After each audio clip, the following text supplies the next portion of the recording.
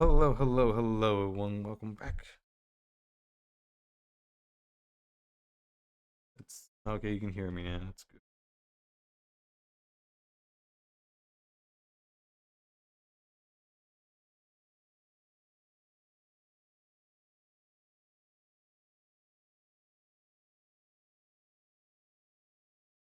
That's really gross. Um, was that on my thing? Really fucking gross.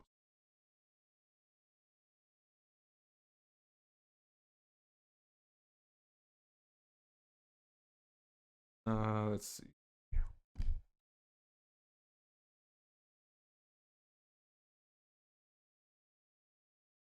Let's head back to Game of Wolf 6. I have not been on the channel in a couple of days. Let's see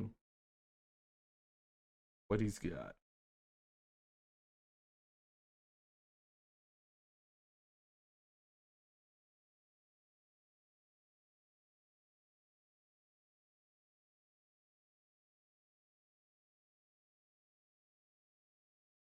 I know where did I left off on Echo. 63, so I need to be on 64. Okay. Find our friends. Hello and welcome to another Let's Play. Me, Game6 of Echo. Before we start, if you're interested in playing this game, you can get it for free on itch.io. But if you want to support the people that made this game and are making other games, you can go to Patreon. It's $3 a month. So, on the last Let's Play, we were walking along the highway, came across the old grave of the albino cats, and was forced to dig it up by the possession in us. Turns out, the person in the grave that Hello. is also Hello possessed there, us, Marbig. their name, Samuel Ayers, the main character from the smoke room. Which does make sense, because now I just unlocked a memory where I was reading the previous route, and the main character was yelling out and thinking of the names of characters from the smoke room. Interesting. I kind of want to look back and see when the smoke room started and when this game finished. Like, what's their overlap? That's a sad revelation. That the main character of this game, of the previous game, at least in this route, dies by being hit by a van and buried in a shallow grave on the side of the highway, just outside of Echo. But yeah, we're going to some place and something's coming up behind us. So, we'll see. There's mechanical rumbling behind it, too, that sounds almost mechanical in nature. At first thought, my first thought is the van from earlier. Whoever turned it on, they had gotten it running and followed us out here. The silhouette of a figure emerges through the sagebrush, its motions frantic. Eventually, I can see its eyes, which are familiar, bright blue. Tej! Leo quickly runs up to catch the flailing feline, only to be met with slashing claws that push him away. Yeah, TJ and Flynn have been missing this entire time. Mm, no problem. Can't wait to see you one day. Yeah, same here. We good.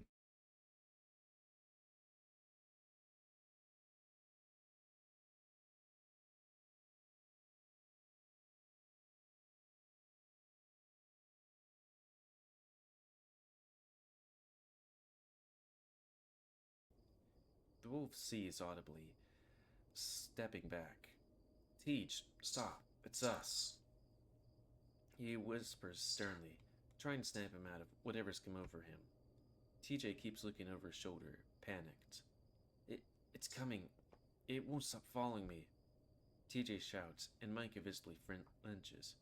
Kid, shut the fuck up. He's hysterical.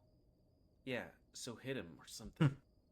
Leo blinks, frowning deeply as he tries to wrangle the cat by the scruff of his neck, with little success. What? I'm not gonna punch TJ. Oh, you get beat up by.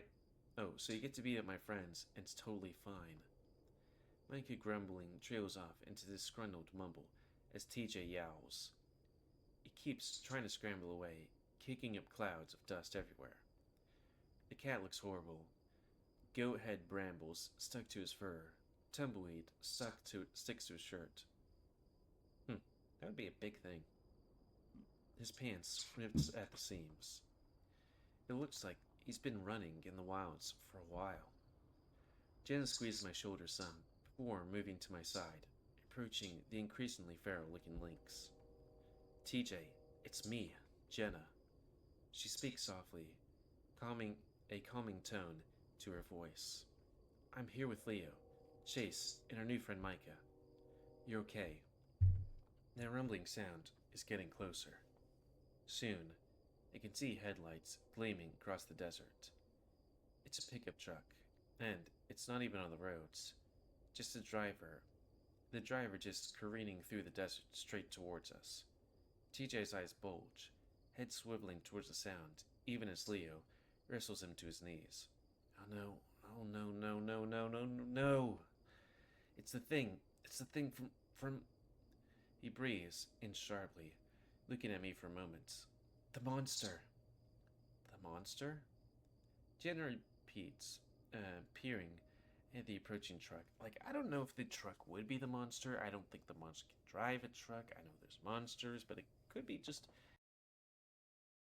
I mean, what monster has TJ seen that's causing him to be this panicked? And is it a monster truck? Like, it's a monster in the truck? What's going on? Him going a little crazy and just, Jeremy? Whatever his name, coming after him. Fuck. Is that Jeremy and Clint? No. She lets out a relieved sigh. I recognize that bristled, busted growly. The vehicle begins to slow until it rolls to an idle and parks about 10 meters from where we're squatting. A towering figure emerges from inside, a rifle in his hands. Okay, let's see who it is. Could it be Flynn? It's Flynn! Fucking hell. I'm so glad to see you, even though we fought to the death and I killed you in another route. Flynn blinks at us, blinks at us all. He shifts his attention back to TJ. The lynx is staring at him, as if he is just in horror of all horrors. Jaw agape, a silent scream as he writhes in Leo's grasp. I mean, I guess now that I think of it, TJ might be trying to run from him, because when everything kind of goes to shit, Flynn kidnaps TJ and brings him to the lake, and things come to blows and death. Flynn. Jenna growls. I guess we're all just hollering now. Micah briefly glances over his shoulder towards the house. No movement inside. What did you do? What did I do? I sure as shit would like to know. 1 minute, we're searching for Carl. The next, he's just staring at me with that crazed look in his eyes. He started crying, snotting all over the place. I've been chasing this little shit for fuck knows how long, while the whole town is falling apart. Lost him for a bit, so I went home and grabbed my repeater. It does seem kind of odd that you're coming after him with a gun and stuff. Glenn holds up his rifle. I can see it's pretty damn old-timey looking. Like the sort you see in old westerns, with metal that looks more brassy than iron. He shifts his gaze from TJ to the rest of us, then frowns. The fuck you guys been up to? No one immediately speaks. To be fair, I'm not quite sure. Yeah, TJ and Flynn have not been in this story at all. What are you?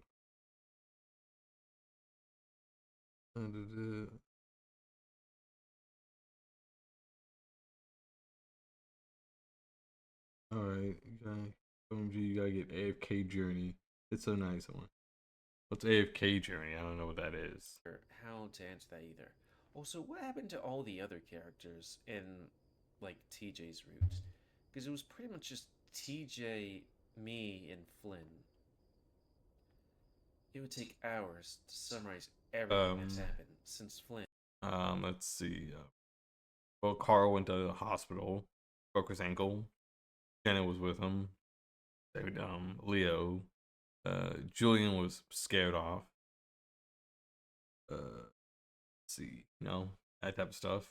That's why it was only TJ Flynn and Chase at the end, because Chase like manipulated everyone and he's like an evil piece of shit, and then he killed the killed fucking Flynn, and him and TJ abandoned everyone, abandoned Carl, abandoned everyone. Yeah. Thank you. Thanks for the hugs. And TJ were around, surviving. I rubbed the back of my neck. But we found Carl. Did we? You did? Flynn perks up. Physical exhaustion he'd worn like a second skin seemingly dissolving right off him. Where? Where is he? I swallow, realizing how dry my throat is, as I try to make up the right words. Duke and my brother have him. Jenna interjects. We were briefly, unwillfully detained at Brian's. Carl was there, but Jeremy and Duke were told to take him to Heather's place. Hence, she gestures towards the pink house. Why we're here. You're fucking shitting me. We're not. Flynn is fucking. She just Jeremy unwilling. I try to make up the right words. Duke, where is he? Second skin, seemingly Flynn per hours. Me and Flynn. Okay, what happened? Sorry, I missed It'll it. take hours to summarize everything that's happened since Flynn and TJ were around, surviving. I rubbed the back of my neck. But we found Carl. Did we? You did? Flynn perks up. Physical exhaustion he'd worn like a second skin seemingly dissolving right off him. Where? Where is he? I swallow, realizing how dry my throat is, as I try to make up the right words. Duke and my brother have him. Jenna interjects. We were briefly, unwillfully detained at Brian's. Carl was there, but Jeremy and Duke were told to take him to Heather's place. Hence, she just Like I mentioned, the torture. Why we're here. You're fucking shitting me. We're not. Flynn is wrought speechless, bringing his fingers to his forehead and grating his teeth. This is so fucking nuts. He brandishes his repeater across his chest, pulling back the lever and checking the chamber with an increasing look of trepidation on his face. Let's not waste any more time then. He slams the lever back in place, stepping forward. TJ flinches, though the lynx looks less terrified and more confused now. Whoa there, Mayor's boy. Jeremy and Duke might be packing, and we know for sure Heather is. So slow your roll, yeah? Hearing this information, it looks like roll slowing is the exact opposite of what Flynn wants to do, but he does stop. Glancing back, he seems like he's about to snap at Leo, but spots a bloody leg and the swelling around his muzzle and forehead. His expression softens. Guys? Our attention shifts to the lynx cradled in Leo's arms, who's peering at us through bloodshot eyes. Teach? Leo loosens his grip on him, and the lynx props himself up on one knee. It's okay, thanks.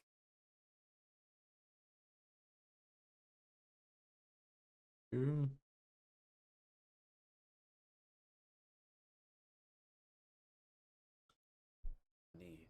taking stock of his surroundings as if for the first time. Hello? Jenna exchanges a look with the rest of us before speaking. Welcome back to reality. That hum's nasty stuff, ain't it, kid? Hum? He clutches his ears. I don't know what you're talking about. He snaps his fingers a few times in front of TJ's face, or Leo does. Okay. We can TurboTax. Fuck off. Before waving his paw right in front of him.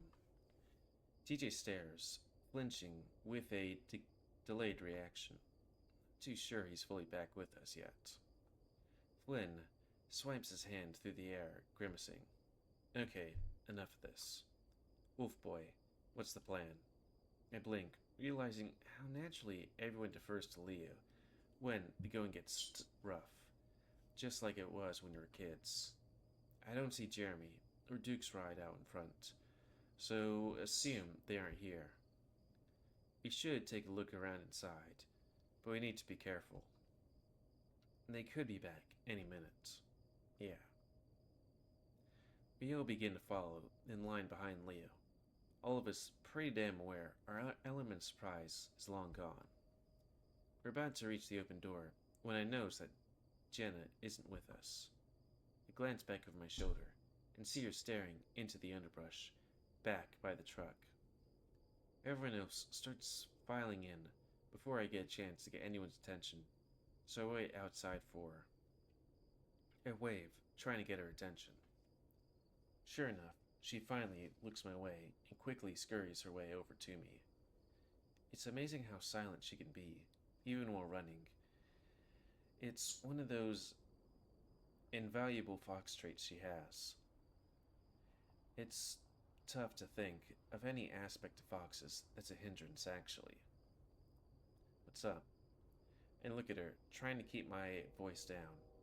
She peers at me with scrutinized expression, as if I had said something rather offensive, and she's waiting for me to talk my way out of it. Jenna? Oh, it's nothing. Nothing real. Huh? She walks in, not offering any elaboration. Come on. I sigh, following her. Jenna, I can't say I've ever experienced the interior of Heather's home to expected the interior of Heather's home to look like this, even having known her most of my life. The first thing that hits me is the smell. It reminds me of one of those fancy candle and soap stores in the mall, but with this sort of dusty, mildewy stank that lingers in my senses. I love those candle stores. Very floral overall. Potpourri, I think it's called. The next thing I notice is the decor. Much like the exterior, this definitely appears to be some kind of fancy, castle like theme going on here. However, the person going for said theme is certainly no interior designer. Bubbly wallpaper, cheap knickknacks, and blurry Prince JPEG pictures of fairy tale characters coat the walls. That was all we had. Don't judge us. Also, it's that face. Pink pendant banners dangle from the ceiling, and crushed litter can be reflected from within the waving of the carpet. Okay, whatever. It's like a child birthday party took place here, but judging from the faded appearance, it's been like this for a while. As I glance to my left, I notice the entire wall has been knocked. Oh, okay. Well, I'm glad I'm able to make it less feel less stressful. No one has ever said that.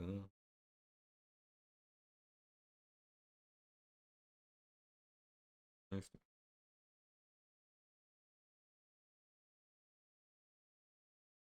down, the structural framing inadequately hidden by the flower coated curtains.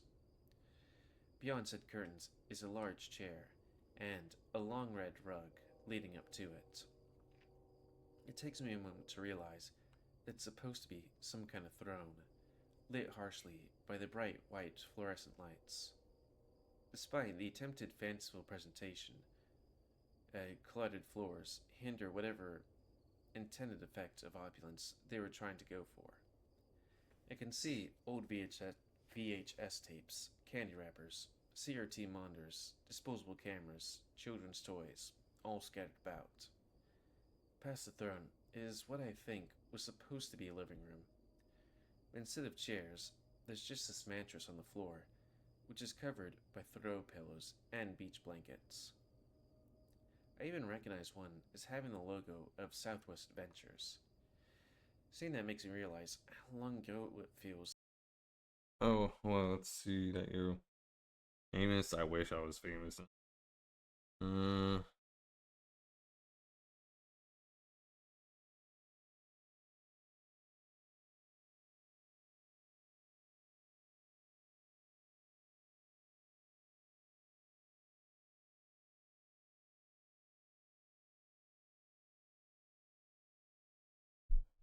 like it feels like all of us were at the theme park, carefree for the most part.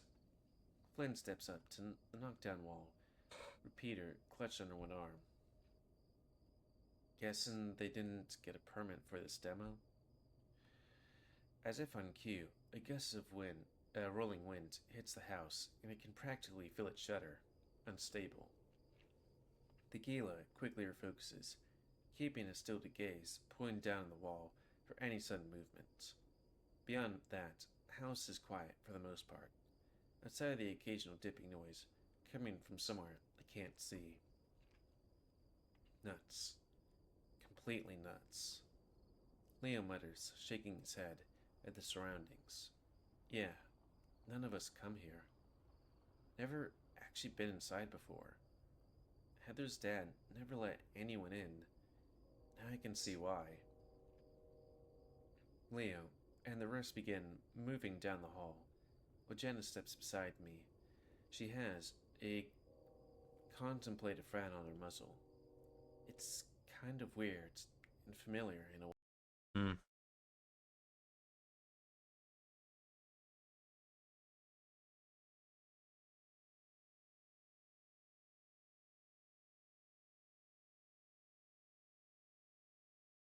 Yeah, if I had fans, they would be in the chat. We'd be talking. It's all I can say initially, until I begin to start placing why. This place reminds me of like old thrift stores and cheesy parties when I was a kid. Can't imagine living here. Hmm. It's not as dirty as I thought it would be. Jenna muses, though through something catches her eye in the entranceway of the kitchen. Soon, I'm following her approaching what looks like a laminated colored pencil drawing posted on the wall with rainbow colored tacks. King and Princess Palace. Jenna frowns deepens. On the picture, there's a large, bespectacled feline man sitting on a grand golden throne.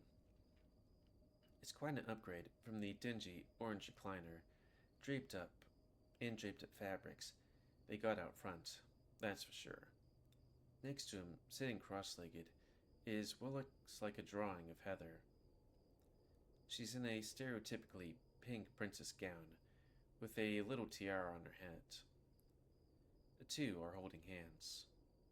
It's such a sentimental picture, it practically seems pretty sweet that even Heather, as someone who cares about her enough as this.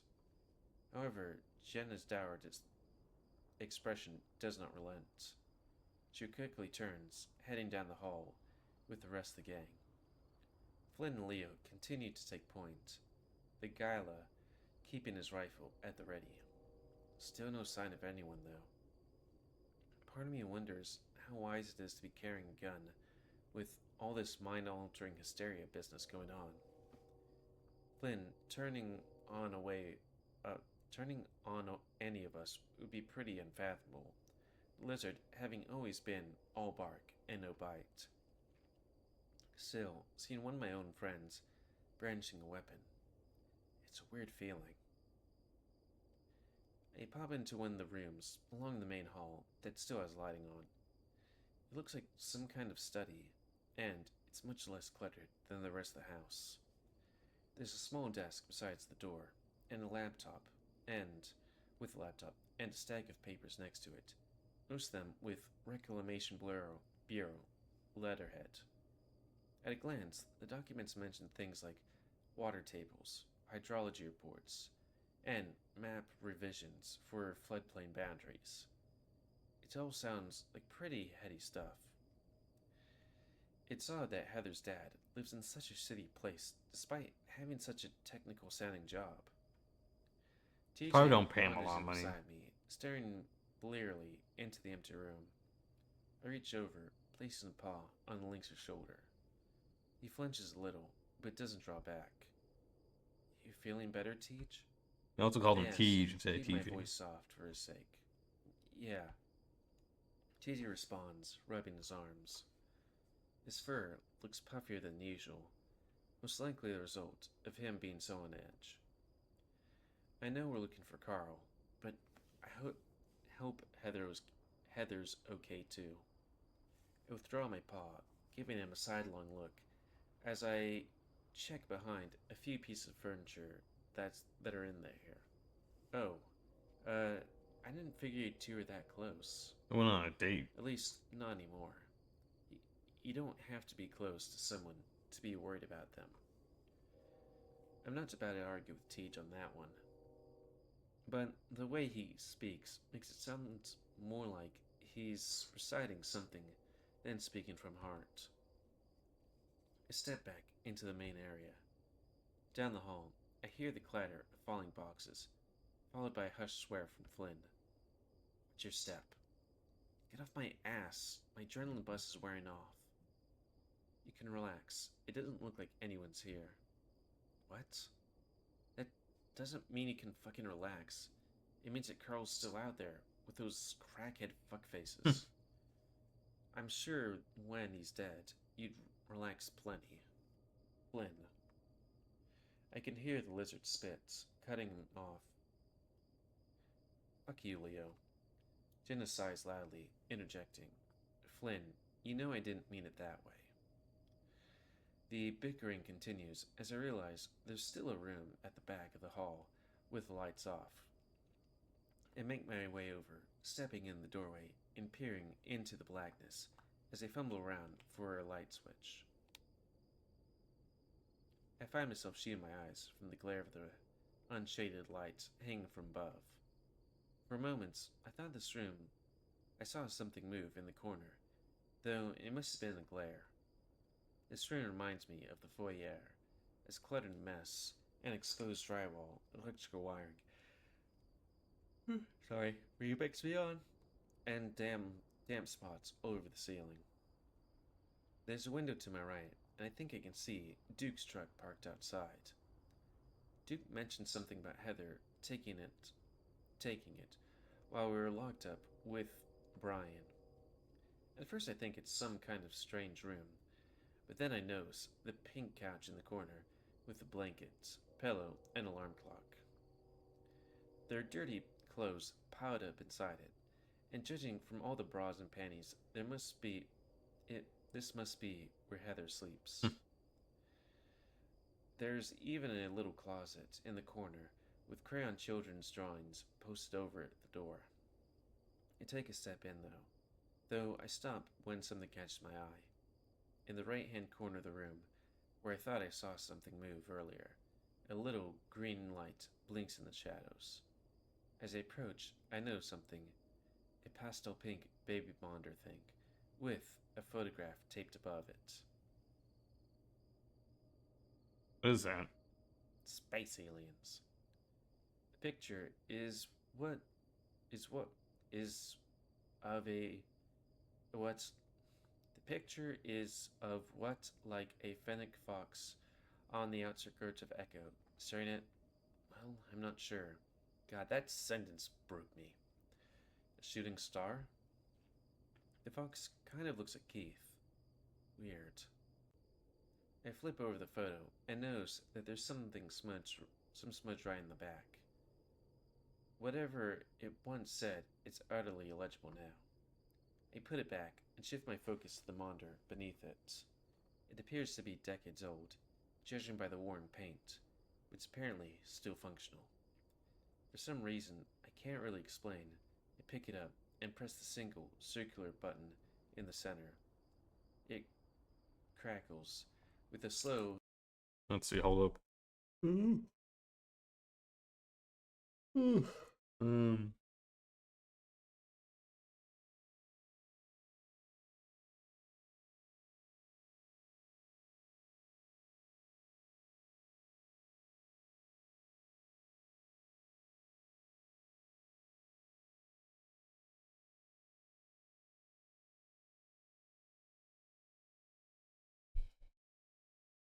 Low hissing noise, and that's when I realize it's some kind of walkie-talkie. After a few seconds of holding the button, I speak into it. Hello? I nearly jump out of my skin at the groaning noise, mainly because it isn't coming from the device, it's coming from inside the room. My eyes dart around for the source, eventually finding one of the blankets piled up on the floor behind the table. It starts to move and I quickly back up. Leo, get in here. Heavy footfalls can be heard sprinting down the hall outside, the wolf pushing his way in with wild eyes. What? What's going on? He looks ready to pounce, though it's met by only me and the braggled looking ram trying to tangle the comforter from his horns. Hey, it's you. What's going on? Yeah.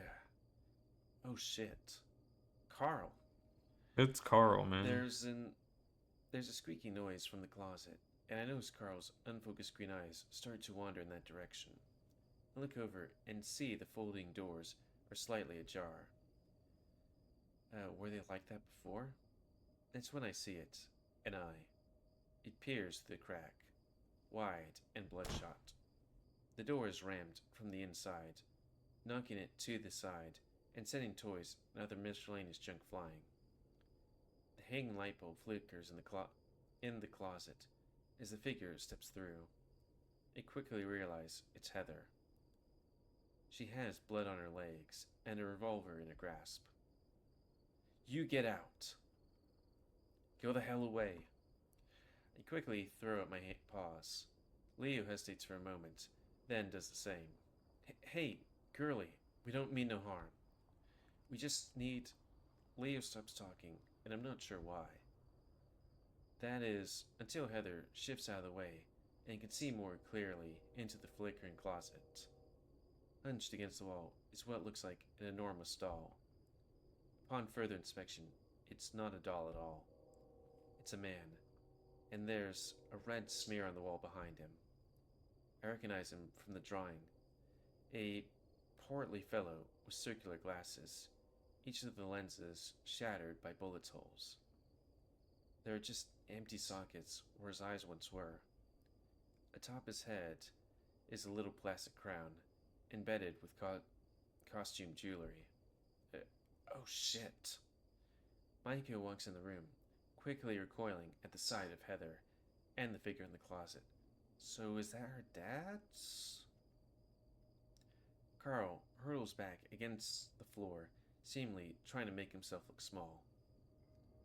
At first, Micah starts approaching the closet, but quickly stops as Heather brings a revolver, pointing at all of us. I've never actually looked down the barrel of a gun before, and the feeling is petrifying. Heather, what the fuck are you doing? You killed her dad. It's me, Micah. I don't care. You need to go. She shifts the revolver, aiming it unusually at Micah. We all take a step back, my back now against the wall. Where the hell is Flynn? Did you shoot your dad? Holy fuck, Heather. Micah. Leo rumbles in warning. What? That's her fucking dad in the closet. I will kill all of you. The shot rings out, and Micah flinches. The weapon was aimed at him when it went off. He blinks, shocked, the bat's hands beginning to shake as he checks his torso. He whirls around, spotting the light spray of blood around the bullet hole in the wall. That's when the pain hits him, and he slowly begins to raise his wing. Clipped right through the center is a bloody hole, the edges of the impact site looking like frayed fabric. The bat slumps back, exuding a ragged gas. Yeah. You fucking shot me. But she just shot at its wing, so that's alright, right? Leo's eyes bulge, and he starts to move, but stops when that revolver is swiveled towards him. Heather! I shout, trying to draw attention away from the others. Though I quickly realize I have no clue what to say. We're just here looking for Carl. Remember? Like we mentioned during the bonfire? My voice is shaky, crackling as I speak. Yeah, man. Looks like it was not a very good choice. I don't know. Maybe it's not a good choice to pick a fucking Micah. I don't know. Maybe Jenna might have been better. I don't know. She did shoot him. She only had a couple of bullets left. So I think she put 2 in her dad's. So I'm guessing it's like what, 5 or 6 shots. So she's already shot 3. So she has 2 or 3 left. I'm guessing she doesn't have extra ammo. The cat's chest rises and falls, like she's hyperventilating. It's been that way since she stepped out of the closet. She makes her way over towards the slumped form of Carl, still half covered in blankets. Then she points a gun down at him. I'm going to shoot him in his stupid, fat, ugly face, unless you leave right now. She's absolutely screaming, her demands spattered with such a pitch, her voice constantly cracks. Tears begin to roll down her already wet cheeks, her eyes puffy. Beneath her, Carl covers his face with a blanket, visibly trembling with a mixture of fear and exhaustion. Okay, right on. I swallow. Welcome back. That's the plan, right guys? We're just gonna leave, nice and slow. I do my best to put on a calm face and nod to Leo and Micah. Are you fucking kidding me? Micah's outburst is directed towards me. No, not after you come all this way. We're not leaving the rich boy. He's practically hisses words. He's cupping a hand over his wound and trying to avoid stretching the skin of his wing, as that seems to make the hole bigger. Heather, you have no reason to be keeping that chunky bitch here. Just let us take his ass and leave. Leave? Heather repeats. I have nowhere else to go. Nowhere. Everything used to be bad, but not terrible like this. Keith barely talks to me anymore, and when he does, he says, also Keith? She breathes in shakily. He says the meanest things. I cover my ears, and I can still hear him. Okay, I guess like the otherworldly things. Keith is fucking gone. Unless he gave you some secret cell phone number I don't know about, you can't be speaking of him. Micah neglects to mention that we discovered about Brian's habits and the potential fate of his fox friend. But it's possibly for the best that isn't brought up. This is all hum shit, plain and simple. Duh, stupid. I know that. It doesn't explain anything though. You just give it a silly name, but it's not silly. It's horrible, and I hate it. Micah opens his mouth, snap back, but Heather shrieks, a blubbering spit coming from her mouth. Snot rained down her nose. She begins to press her fingers close to the trigger. Carl, move. She doesn't fully finish pulling the trigger, leaving us all staring wide-eyed, in suspense. She looks like she's dry heaving, trying not to throw up, an immensely sick feeling with her at that will not leave. Also, yeah, where the fuck is Flynn? There was a gunshot. I can barely hear anything anymore. The ringing is so loud. It just sounds like him. He won't stop. Heather fails. I wish we had in the direction of the shadowy figure in the closet. I kind of wish if we had like another side story to see what's happening to her, like see what's happening to Heather, why she's being all crazy and shit. Like this voice of Keith. Even though the man that'd be in the interesting. closet is very much dead, he's propped up in a way that makes it look like he's watching Heather pace about the room. His dark sockets following her while her back is turned. She seems afraid to look at him. The feline closes her eyes for a moment. I can tell Leo is weighing his chances of whether he can tackle her to the ground before she can get a shot off. Before he can move, they open again, and she speaks, her voice still shrill, but quieter. Everyone thinks I'm stupid, that I'll never do anything but rot away like everyone else. And it has nothing to do with that Duke, or Brian, or Jeremy, or Clint, or anyone thinks will fix things. This whole town is so shit. No argument there. Micah mumbles wide-eyed. And it's not your fault. They're wrong. I don't really know you, even know you. She points the pistol at me, and it's like my heart crawls up in my throat, and my whole body is rigid with fear. This town is evil, and I'm gonna stop it. I'm gonna do something with my life for once. It don't be some plaything. She growls at the ground as she says this. It's what Keith told me all the time before. He went away for a while. Heather stands there, shaken in place, Mhm. as if trying to muster the courage to do something. Okay, what is she going to do? She begins to strafe, getting closer to the closet and bending down to pick up something besides the corpse. I think we can still hear the train in the background. It's a bloody folder with a little booklet stamped to the front. I recognize the emblem of the cover, the Reclamation Bureau. Heather's paw covers the front, and I can still make out daughter's damn basic operation in manual's procedure. Outside, there's some movement by Duke's truck. Trying not to draw attention to myself, glance out the window and spot a familiar pattern of orange and black scales and TJ's tuffy fur. There's a glint of something metallic, Flynn's repeater, which is currently sighted towards the hysterical cat. So wait, is Flynn actually taking this time out now to take TJ away to go interrogate him? Heather is so close to us now. Flynn wouldn't risk trying to take that shot, right? The idea of Flynn shooting anyone is just unfathomable in its own right. What are you even talking about? I'm gonna make it so there's no town. As Heather turns away, she catches a glimpse of blood on the folder, and she looks back towards the closet. She screams, but she's not staring at the corpse. It's like she's looking above it, and it's something else at eye level. Daddy. She blubbers before promptly slumping out of the room in a full sprint, elbow checking Micah so hard that he gets knocked on his ass.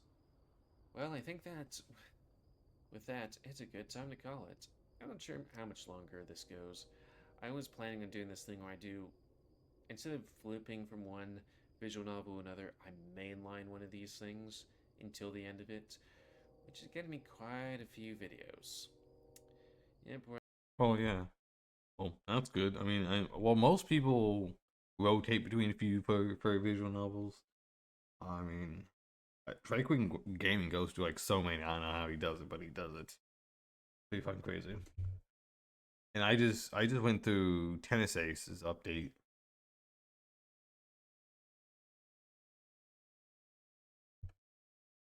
I went through Olaf's update and it still ended it the same way. I don't know. I don't know what I'm doing wrong. Also did Rune's update. Don't know if Coach Devin or Bjorn got anything new. I finished those. What else is that? And you need to go through. I need to redo all the smoke room. I need to go to like Murdoch's path again. I love Murdoch. He's great. And William's path was really interesting. Nick's path is really good. Cliff, unfortunately, not the biggest fan of Cliff, but I might still have to check out his stuff. we're at 34 yesterday and gonna be more today. But anyways, that's gonna be the end of this Let's Play. So, please comment, because I like comments. Tell me what you like, dislike, tips, tricks, otherwise, if you like my YouTube and like Secret Grow, then please subscribe and check out every separate group. Please remember to spare your apples to control the pet population. And if you have mental health problems, go see somebody. You know. Also, if you want to play this game, it's available free on itch.io. But if you want to support people that made this game and are making others, GG's.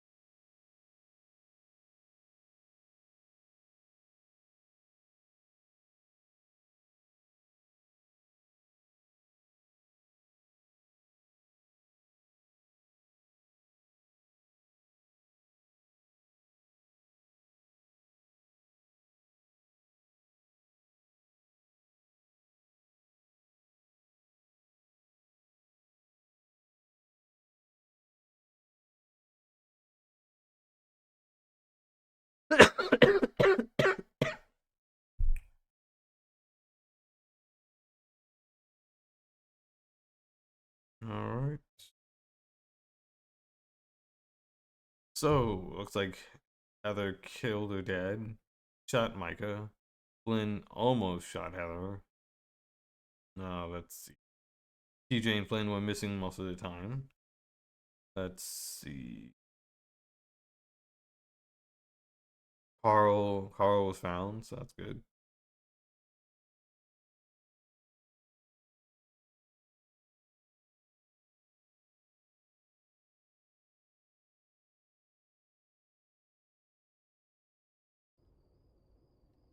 So let's see what is the next part with Heather. Heather might flood Echo. Well, it seems like as time goes on in Echo, things just get worse and worse. But it is Echo. Anyways, hello and welcome to another Let's Play. Me, Game of 6, of course Echo. A game where people go crazy late in the game. So, on the last Let's Play, we came to Heather's house, but not before having TJ run up on us being really scared. Flynn, who was in a car with a gun, saying it was just, trying to follow him to make sure that he isn't, just running off in the middle of nowhere, everything's going crazy. We all got together, entered Heather's house, found Carl, found Heather, who was crazy and having a gun, and also her father, who she shot in both eyes. Woof. Well, she ran off saying she's going to do something with her life, that being destroy the town.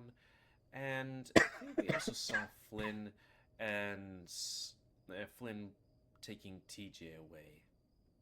Because, of course, my dude, what you doing?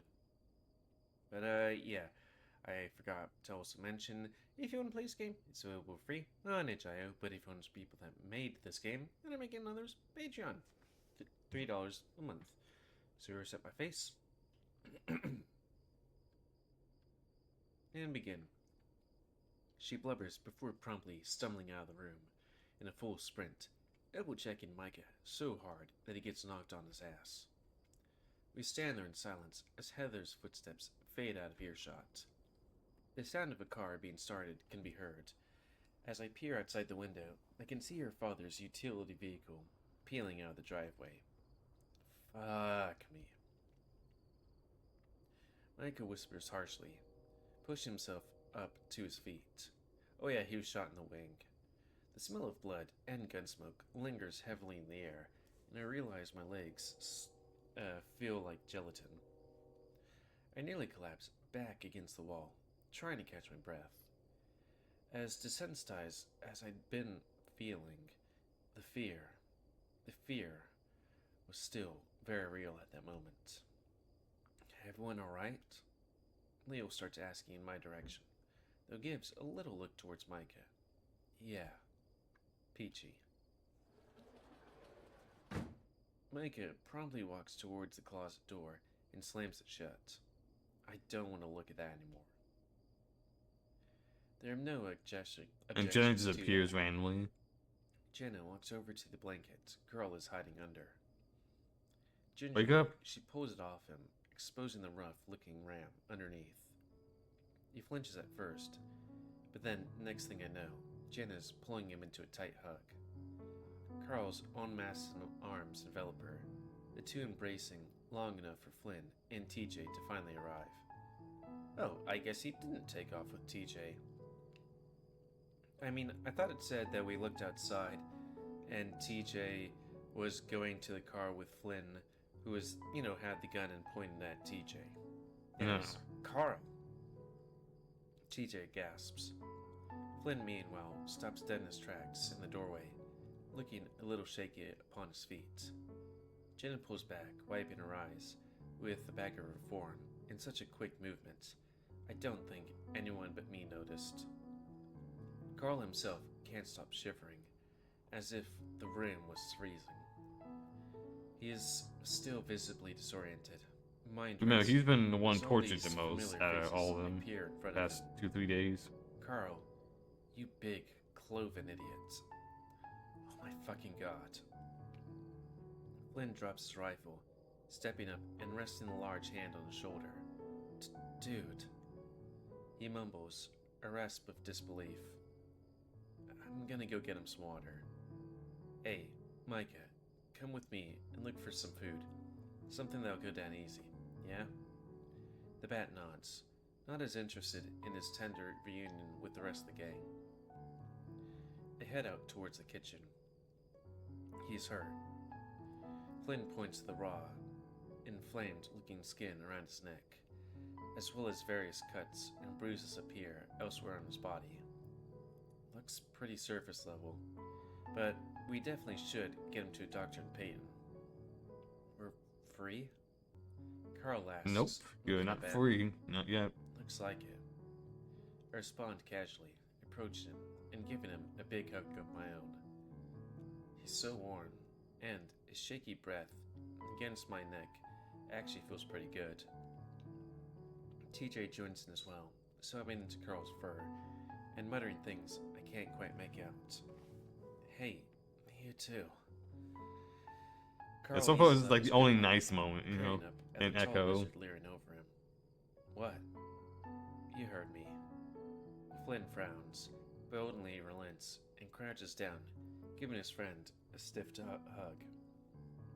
Carl, meanwhile, clings to him like his life depends on it, invoking a few irksome grunts from the scaly one.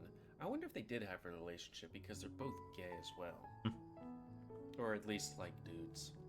Despite the pain noises, I catch a glimpse of Flynn's face.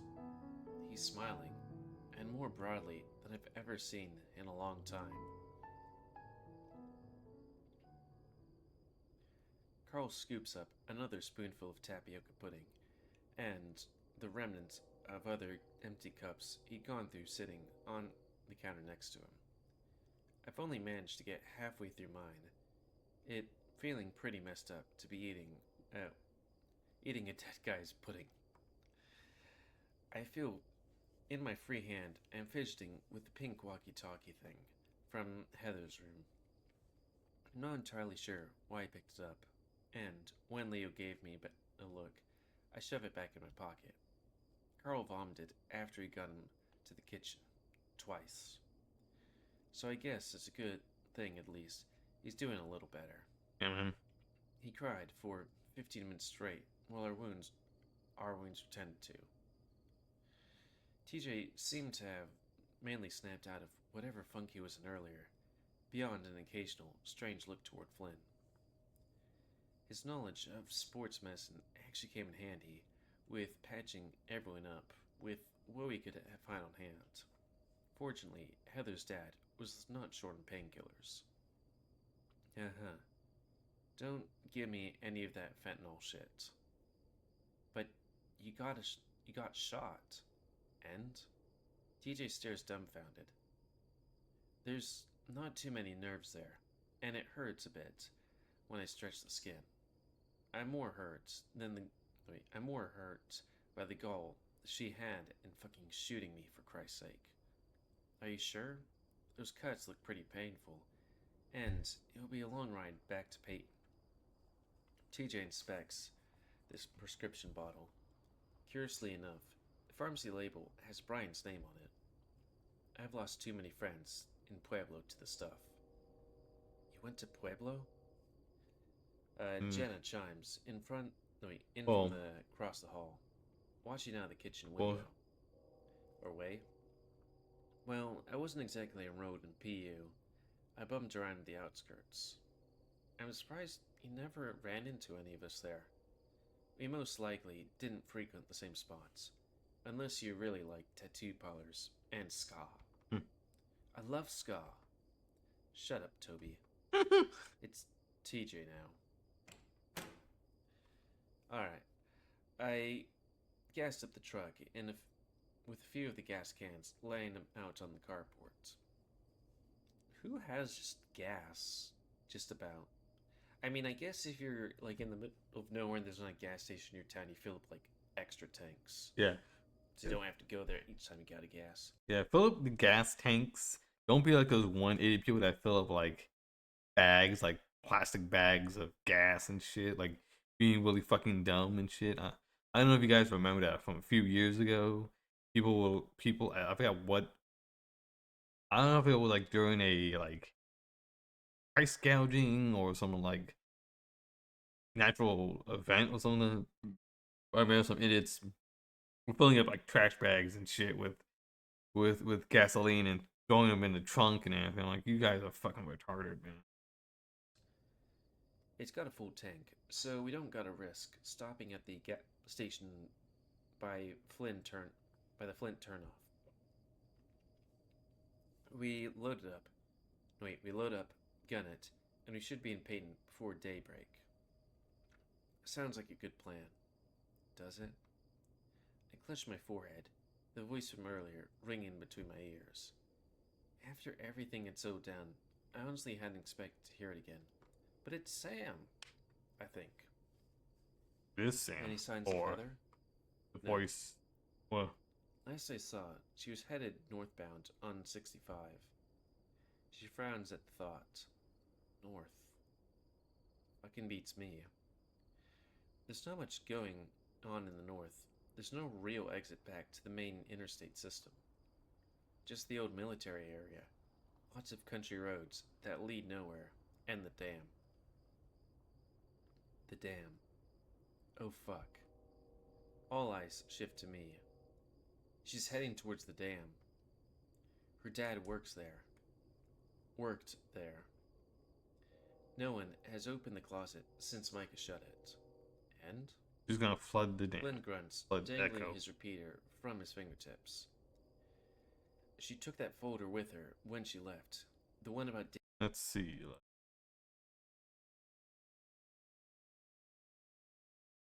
Peter, right? Is this what he has? The way they make it sound like he's like there's this teeny tiny little thing like doesn't look like much, but if you use this thing correctly, it should be pretty powerful. But I don't know, man. dam operating procedures. It's a 22. Really? I didn't get a clear look at what she was holding. Yeah, I'm telling you the truth there. I believe you. Flynn squints his eyes some. Are you saying Heather's gonna fuck with the dam? I mean, what else could she be doing? Also, how would she do that, you know? I mean, one would have to assume the dam isn't just left alone. You'd think someone would be operating Mm. it or around there and stuff like that. And I don't know, even if you have the operating system, I don't think you have the security clearance to get into the dam. Though she does have a gun, I guess. It shows We've us. all heard her speech, right? Yeah, she was screaming it. That bitch can barely operate a doorknob. You think she can figure out how to open the floodgate of that size? Yeah, it's her father's stuff, Micah man. pulls out a beer from the fridge, sipping it gingerly before speaking. I'm pretty sure I remember her dad brought her up there to work a lot when we were growing up. She hated it. He disappears back into the kitchen. For someone who had experienced the things we have this evening, he seems oddly composed. It makes me wonder what kind of shit he's seen before all this. I think back to some of my preliminary research I did for my project. And by preliminary research, I mean looking at the county website's historical section for 30 minutes. One of the things that jumped out to me was how big Lake Emma used to be over twice the size it is now. Over twice the size it is now. Yeah. Most of the lakes in this part of the state are man-made. You have to remember, like over 100 years ago, I don't know how old the lake is. I'm guessing the lake was made after World War II. And I'm guessing the way how big how artificially big Lake Emma is.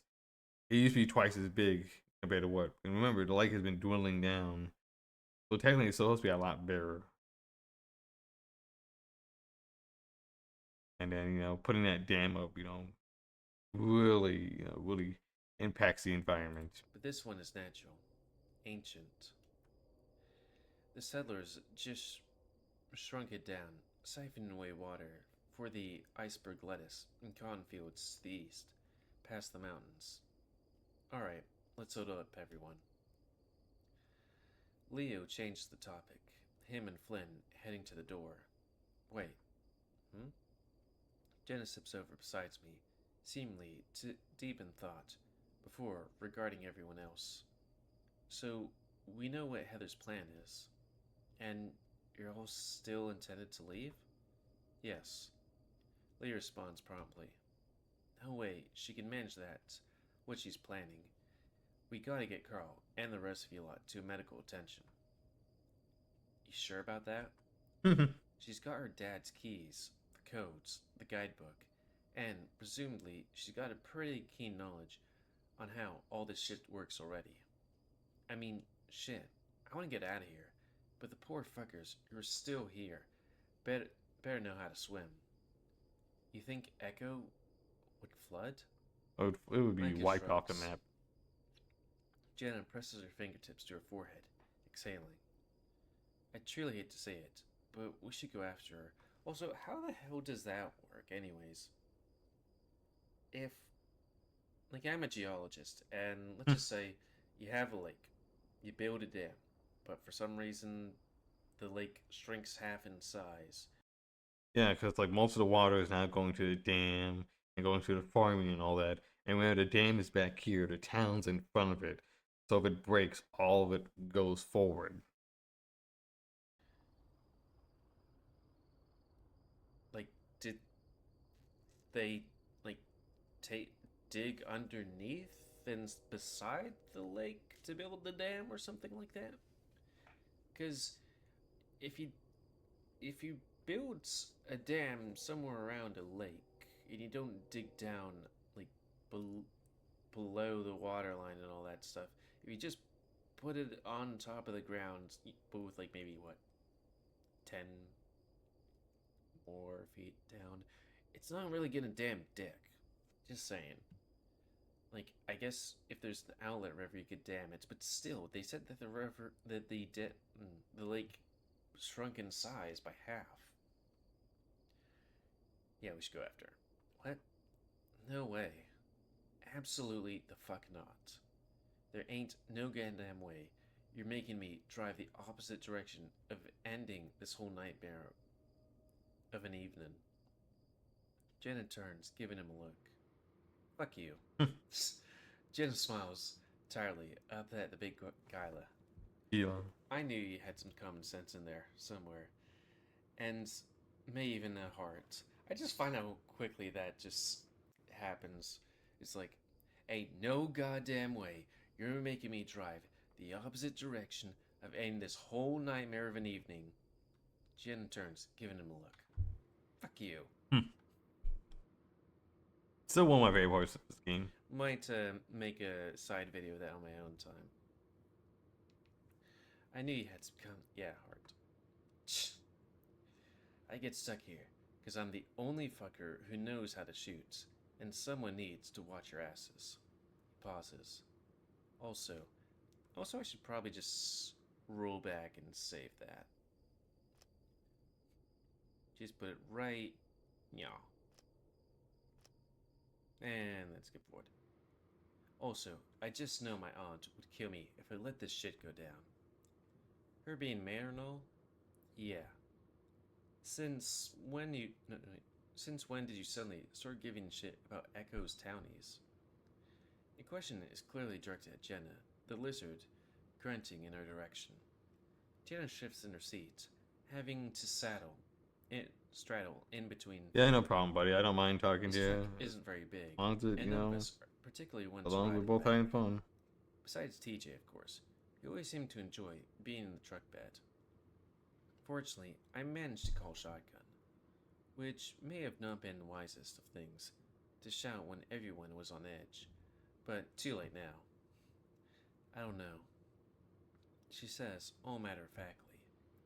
This invokes a raised brow from the lizard. I just thought about myself, leaving everything behind like that, knowing what might happen. And I didn't want to be that person. Flynn blinks, wondering if it's truly Jenna he's talking to right now. Fuck, college does make you a bleeding heart, doesn't it? He wasn't kidding. He sighs, the highway stretching out in front of us for miles and miles. Jen turns to me, giving an appraising look before speaking. Thank you for coming, Chase. I know you didn't have to, but it means a lot. Oh, yeah, no problem. Every inch of my body longs to be heading homeward, driving back Peyton to freedom. But here I am. At least Jen is here. Despite everything that's happened. Ryan's attack, the hallucinations, the kidnapping, the haunted van, the voice in my head, Heather's house, the town going nuts. Everyone is silent, as our headlights shine down the long stretch of Route 65 ahead. Maybe we're just exhausted. Physically, emotionally, spiritually. I exhale, and rest my forehead against the cool window. Most of the town's lights blur past. Soon, the lights stop and are replaced by darkness, shadows of shapes, barely visible through condensation-tinged glass. We never go this way. No one does. We're getting close to Echo Canyon. The bumps and hills of Echo are being replaced by a vast open desert, concentrated by the sheer cliff face of the western mesa. There's not much out here, but land owned by the feds, most notably the dam and the old proving grounds.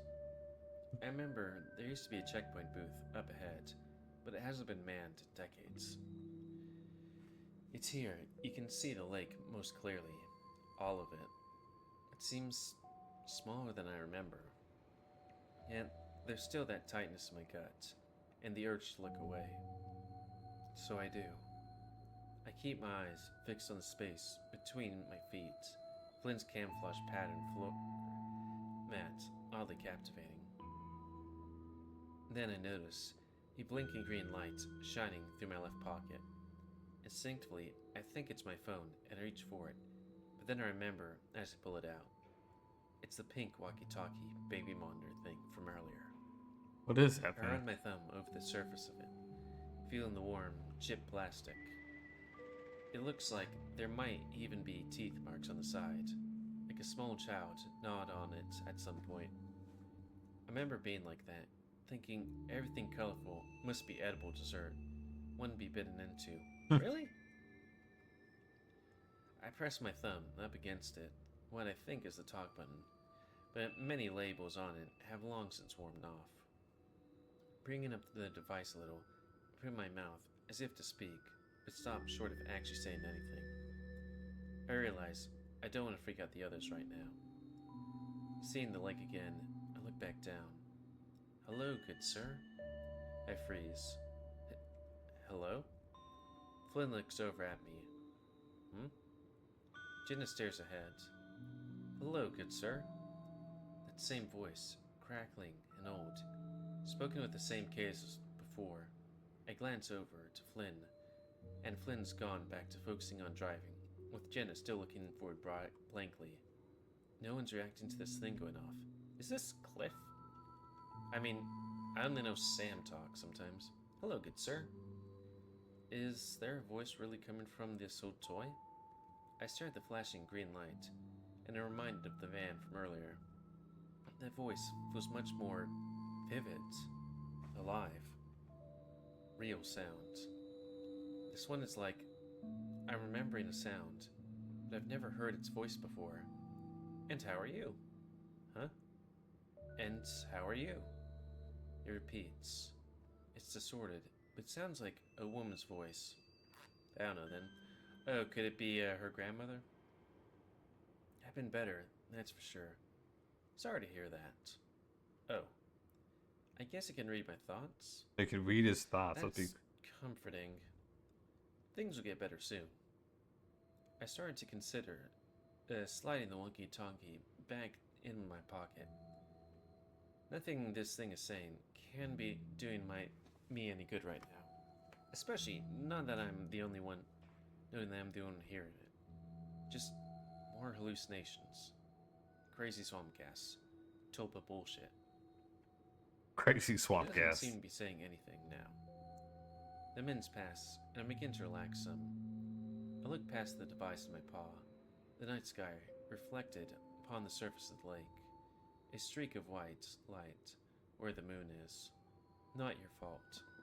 The voice comes through a little clearer. What do you mean? Not your fault. Intentions. Pure. The words start coming out even choppier, as if hastily clipped from an audio file. It was a loving act, and one cannot fault themselves for a loving act. What are you talking about? I wish we could talk. More. But you have places to be. Places to be. The road begins, taking us into the canyon proper, and the lights on the walkie-talkie flicks off. I don't know if he's talking about the main character murdering the other otter guy. I've Sydney. never actually been here before. I mutter. Fascinating. Now keep your fucking voice down. I can see your car up by the service building. The building itself isn't too large, only about 500 square feet, with windows on all sides. We creep forward, Flynn with rifle in grasp. Micah, Carl, TJ, and Leo are hunkered down behind the truck, out of the line of fire. Leo had been pretty insistent on going with us to approach, but both Jenna and Micah agreed that that would probably be a bad idea. Unsurprisingly, we're the only vehicles parked out here. Alright, Jenna whispers, wiggling her paws out from on either side of her, as if to shake the nerves out. I'm going to announce myself and approach. Flynn, just keep line of sight. Maybe she won't be as crazy out here? You know, on account of it being less hummy or whatever. Flynn looks looks utterly goddamn perplexed at whatever I'm talking about. Honestly, I don't fully understand myself. You just gotta talk her down or shoot her. Well, that's the theory. It's all Jenna says, giving my waist a gentle pat, to which I frown. Okay, I need to set up. Flynn eyes out an outcropping along the side of the canyon edge, next to us, pointing at it. The slope isn't too steep to climb, and the bushes and rocks act as natural cover for vantage points. I'll be up there. If you need me to shoot, just make the Charlie horse symbol behind your back or something. I don't know. The Charlie horse symbol? I ask. Flynn rolls his eyes, then moves his hand down to his thigh and makes an okay gesture with his fingers, but turned upside down. Wait, was there a noise?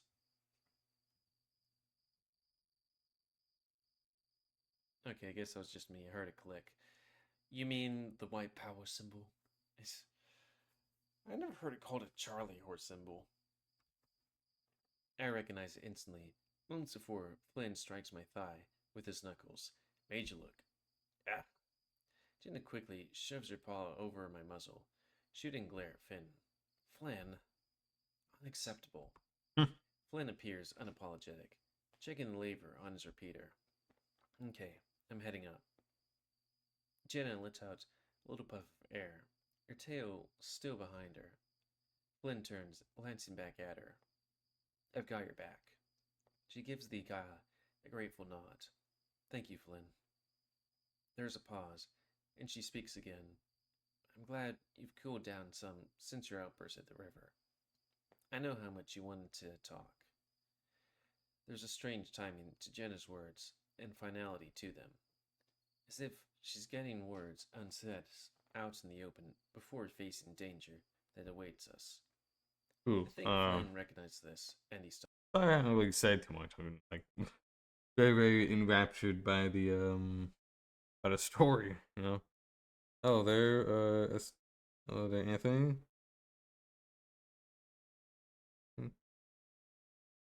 I give you a shout out, buddy. Still playing more SOCOM? Yeah. Seems like you and everyone else is just growing by the second. Stops. Mia would be like, yeah, that's weird timing. Sid's dead. You too ain't yet. Let's keep it that way. Um, Jen and I stand there for a moment. Wow. I mutter. I can tell it's an oversimplification of Flynn's feelings on the matter, but right now, that particular spat can wait. The others are starting to peek their heads out from behind the truck, wondering what we're doing. Not too late to back out, you know? Come on, Chase. Of course, I do appreciate the sentiment. I could always just take Carl's advice, though. He spoke to you? He was zonked out in the truck bed last I saw. She nods, lowering herself to a crouched position. I do the same, with a grimace. He mumbled, suplex her. I let out a muted exhale through my nose, untangling my tail from the brush I had pushed through. Oh, Carl.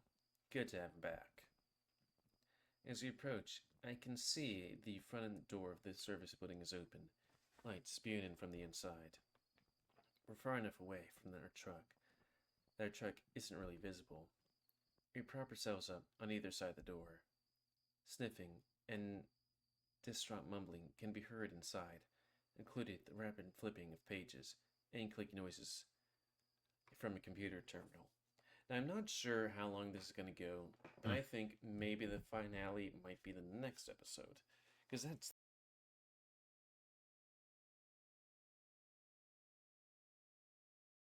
Let's see.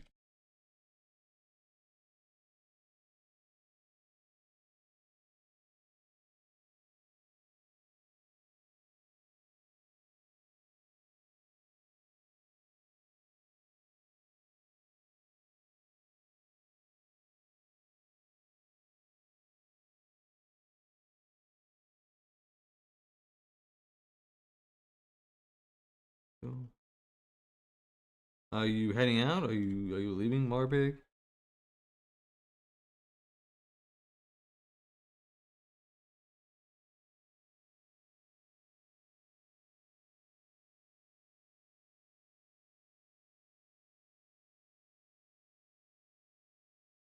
That's the problem. When I did Leo's route, it was this feels like the finale. An hour later, it's not. Okay, this feels like the finale. An hour later, nope. This feels like the finale. Nope. And it kept on going. So we're going to take a page from that and save it. So that's going to be the end of this Let's Play. So please comment, because I like comments, tips you like, dislike, tips as always. If you like my YouTube and likes to grow, then please like, subscribe, and check out the videos. Let's see.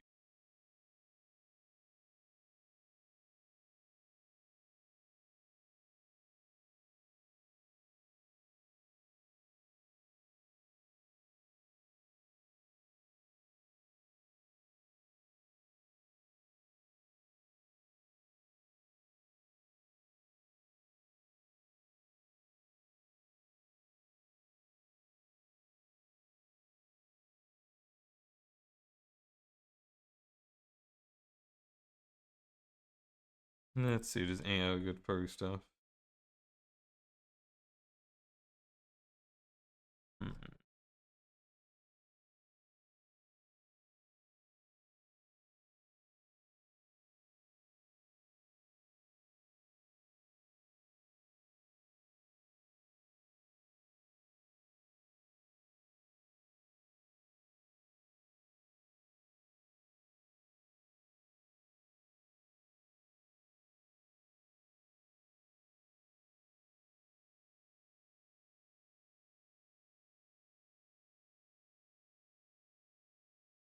All right. Let's see if I can find some more good furry content.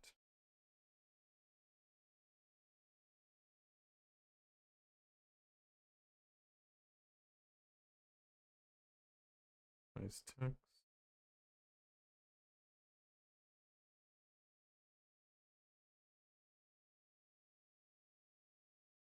Anything good with Drakewing Gaming, maybe?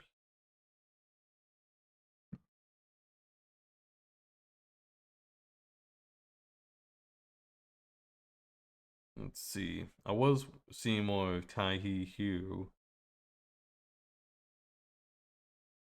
What it feels like. Maybe.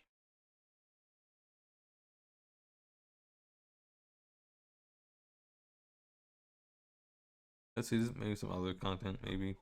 If not, I'll go back and watch more of that.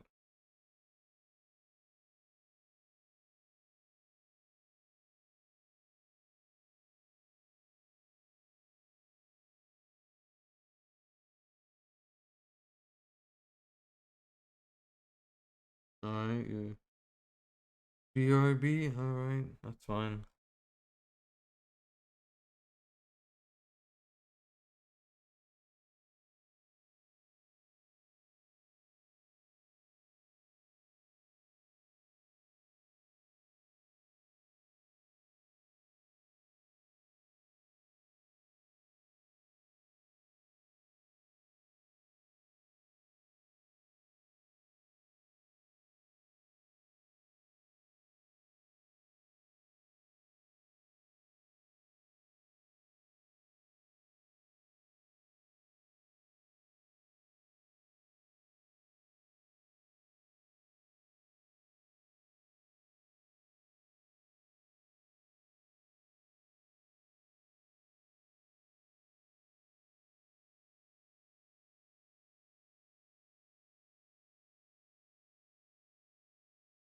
Let's see.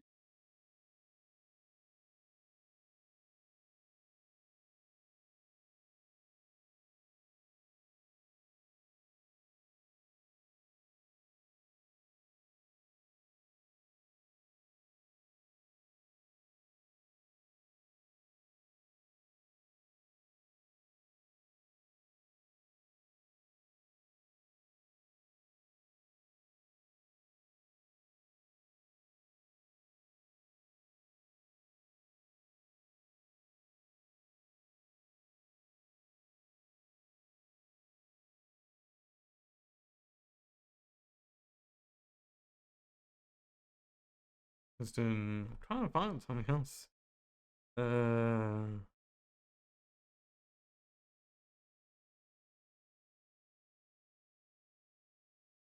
If not, then I'm check out maybe some interesting firearm stuff. Okay, like this. This looks cool. At Universal Technical Institute, auto or diesel mechanic training is about more than just gaining skills. It's about Alright, learning how to skip these.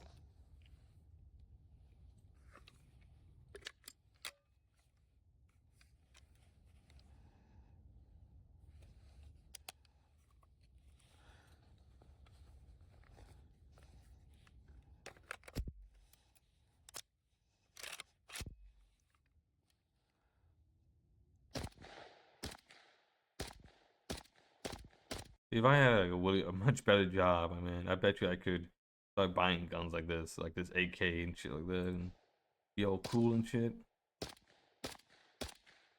This is the ultimate dream, man.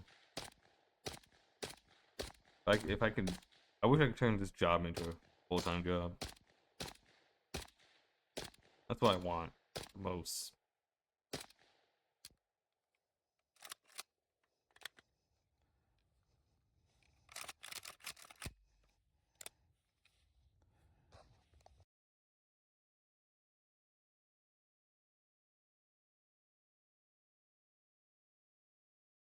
Let's see. Let's keep going. This gotta be something good, right?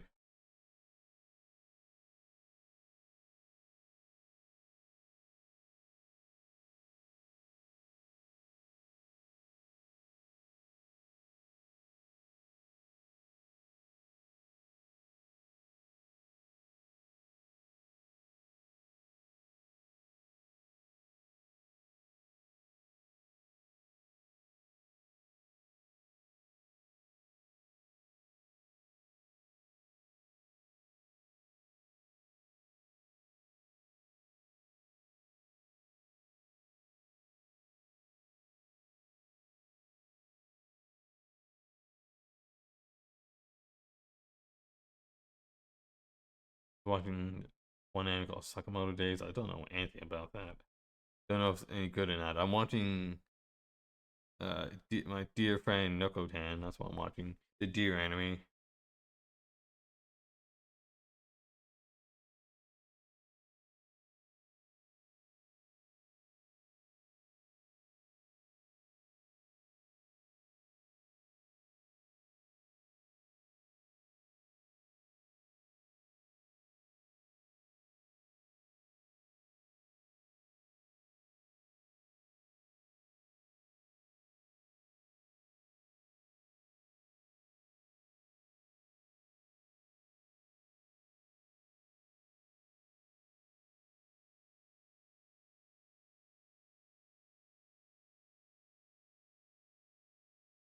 Let's see. Oh yeah, we probably got Borderlands 4 is coming.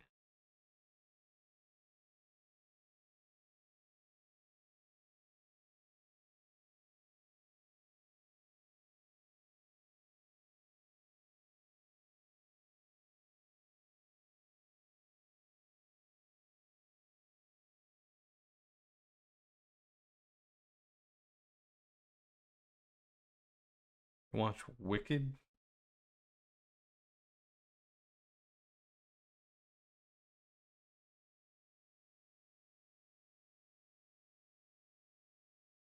UK is in deep trouble. Okay. Yeah, watch some economic news. When it came time to take things to the next level, I knew that I had to make a website, and Wix was perfect. Hi, welcome back to Joe Blogs. In today's episode, I want to provide you with an update as to what's happening in the UK economy. And if you're wondering why I'm posting so many videos about the UK, it's because there's a lot of data coming out, and all of it is really negative. The UK retail sales figures have now been published for December, which is the key trading period because it covers the Christmas period, and unexpectedly there was a fall in retail sales. And in addition to that, we've now seen the GDP figures published for November, and they've also come in at a disappointing level. And all of this is really bad news because the pound is now falling again in terms of the exchange rate markets, and UK bonds are also under pressure, as are the UK stock markets. Okay. This What chart is shows the going on? month-on-month movement in UK retail sales over the past 12 months, and the scale on the right-hand side of this chart goes from 5% positive at the top to minus 3% at the bottom. And what you can see on the right-hand side of this chart is that the figure for December was a fall of 0.3%. And that was a surprise for the markets, which were expecting a rise of around 0.3%. And this represents continued bad news for the UK because you can see that in September, retail sales fell by 0.2%. There was an acceleration in the fall in October to 0.8%. There was a slight recovery in November when retail sales grew by 0.1%. And the fall in December means that retail sales have fallen in 3 out of the last 4 months. And these 4 months are absolutely critical to UK retailers because they cover the key Christmas trading period. So those figures paint a fairly bleak picture. But actually the situation is significantly worse than that because those retail figures that you've just looked at actually include fuel sales. And if you exclude fuel sales to look at what the genuine retail sales were, they're actually significantly worse. This chart shows the month-on-month movement in retail sales excluding fuel sales. And what you can see here is exactly the same trend that we've just seen for retail sales. However, the figures are much worse. In September, there was a fall of 0.1%. That fall accelerated to 1.1% in October. There was a minor bounce back of 0.1% in November. And in December, retail sales excluding fuel. Yeah, man. I wonder how retail sales did well. I wonder how retail sales did here in America. I felt like it was like okay. It wasn't great, but it wasn't bad either. It felt like it was meh. And that includes Black Friday too. I mean, I saw a lot of people at the mall.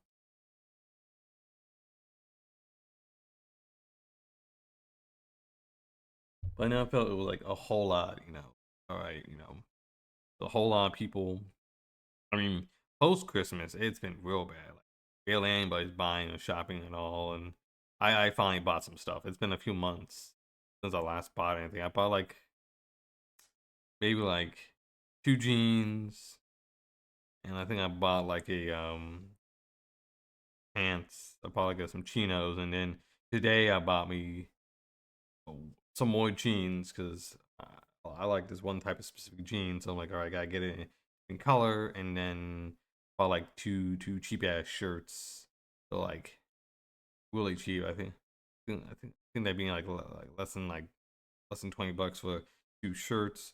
While the jeans I got for like $44 because I used my employee discount, so I got like instead of paying $88, I paid $44 plus tax. So it wasn't too bad.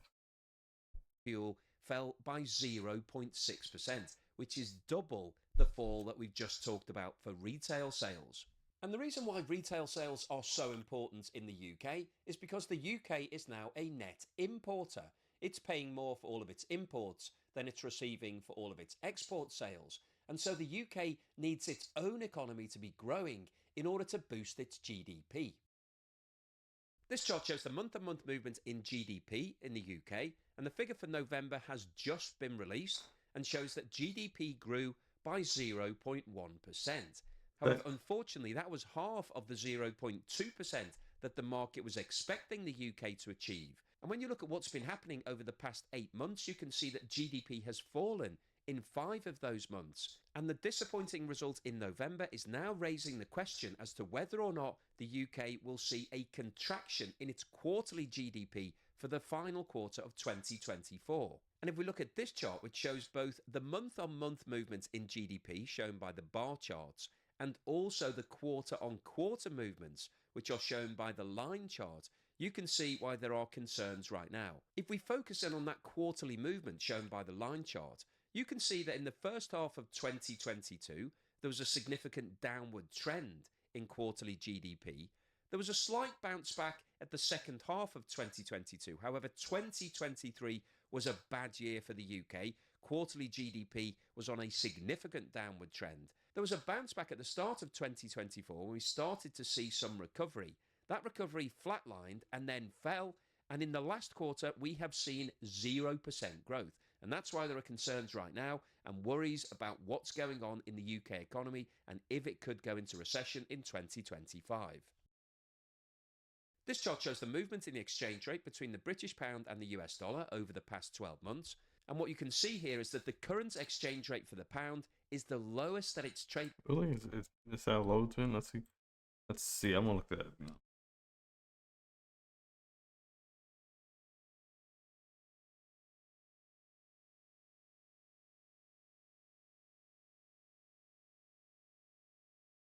Let's see. Let me see. You see the last past 4 years or some shit. Okay, 5 years.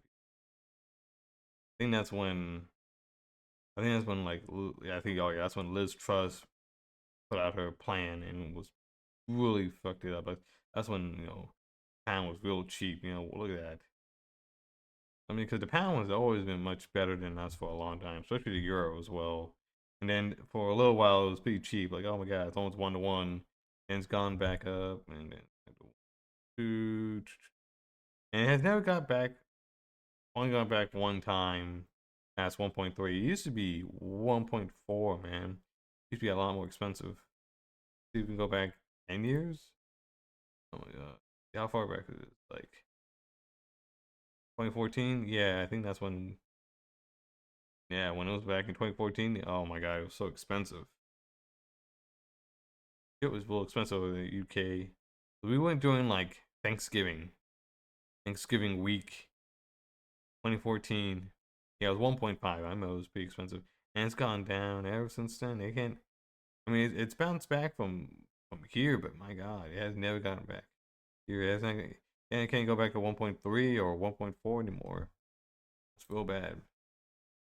At any point in the last 12 months. And the reason why the pound is trading at such a low level is a combination of the lack of growth in the economy and levels of debt that the UK government are taking on to fund all of their spending plans. And if we expand the scale of this chart to show the situation over the past 25 years, you can see that the current level that the pound is trading at is one of the lowest rates, and in fact the only time in the last 25 years when the pound has traded at a significantly lower level was when Liz Truss was appointed as Prime Minister, and as we've discussed in previous videos, that only lasted for 49 days. This chart looks at the expected volatility of the UK pound dating back to 2016. What you can see here are huge spikes on this chart when the UK economy has been thrown into turmoil and there have been serious concerns about what's going on.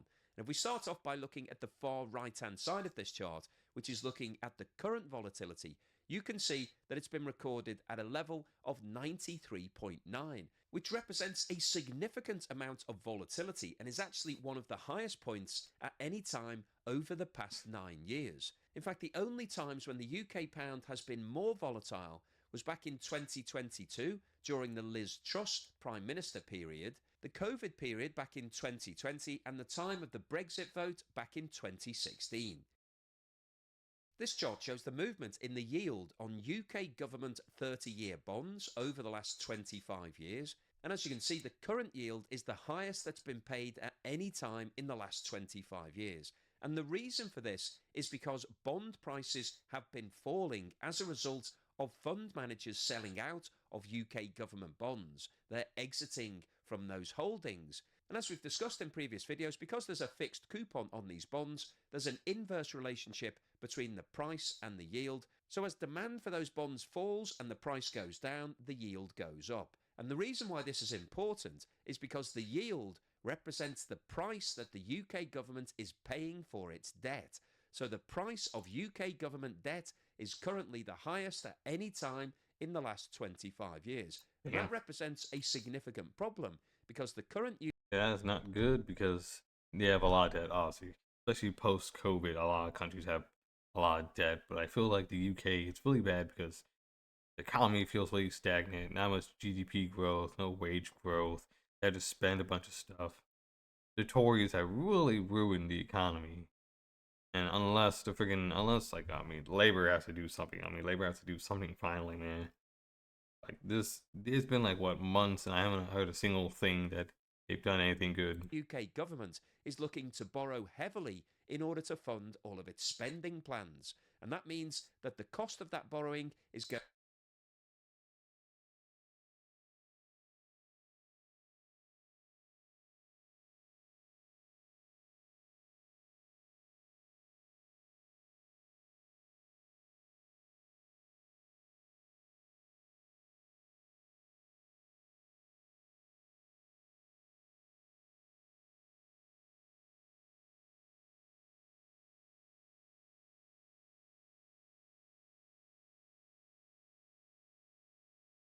to rise, and that's going to put even further pressure on the UK economy.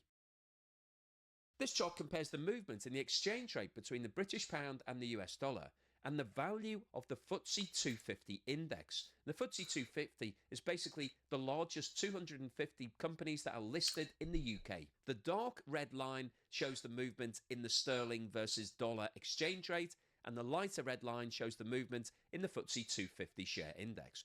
And what you can see here is there is a very close relationship between what's happening with the exchange rate for the pound and what's happening to the value of the 250 share index. I mean, look at that. It's pretty. I mean, the stock market was doing pretty good, and it's like going down, down, down, down. Obviously, exchange rate going up. Then right here when it starts going down, and then it just pretty much follows it.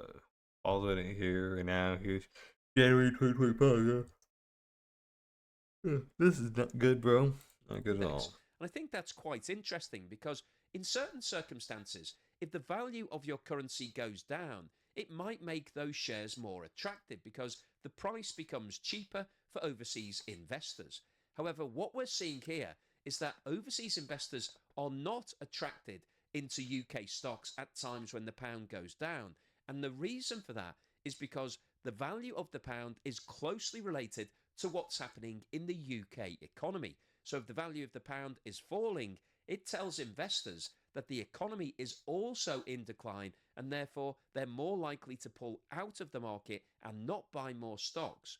And if you look at the trend of both of these lines since October, it's significantly downward and they've both moved into negative territory. And that's raising concerns amongst investors around the world. And that's one of the reasons why the FTSE 250 is not doing well at the moment, whilst other stock market indexes around the world are doing quite well.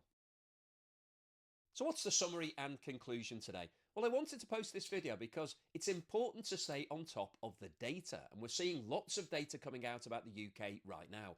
And the retail sales figures for December are a really important metric because it tells us what consumers in the UK are doing. And as I mentioned at the start of today's video, December is the key trading period for most retailers in the UK because it covers that vital Christmas time when lots of people spend lots of money. And what we've seen is that in Christmas 2024, it was a very disappointing outcome for the UK. Retail sales fell by 0.3%, and that was against an expectation of an increase. And when you exclude fuel sales, it actually fell by 0.6%. That is a disaster at a time when the UK needs to be boosting its economy. We've looked at the GDP figures for November, and they show that there was a small amount of growth, 0.1%, which was around half what the market was expecting. And that came off the back of falls in GDP in both September and October. And there is a real question mark now as to whether or not the UK GDP figure for the final quarter of 2024 will be in positive territory. The previous quarter saw a flatlining. And if we see a... What about like the... What about the deal they got? The CPTTT? CPTPT?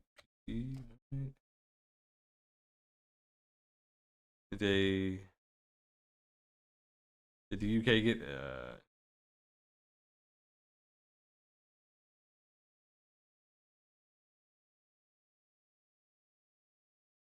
Indonesia finally joins? Let's see.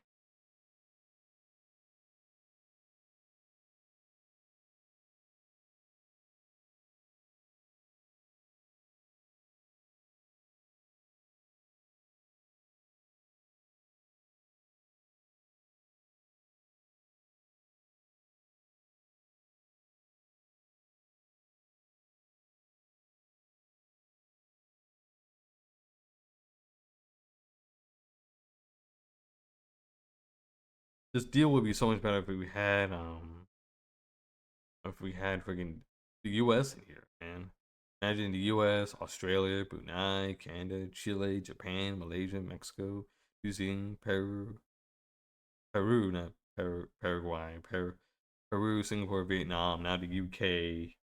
I think Indonesia wants to join next. Man, if we were part of this group, it would be, dude, trading with all these countries would be great, especially trading with Japan, Malaysia, Mexico. It'd be way more simple, way more cheaper. You get so much good shit, dog. But nope. I bet you if fucking Biden had a second year, he probably would do a little bit.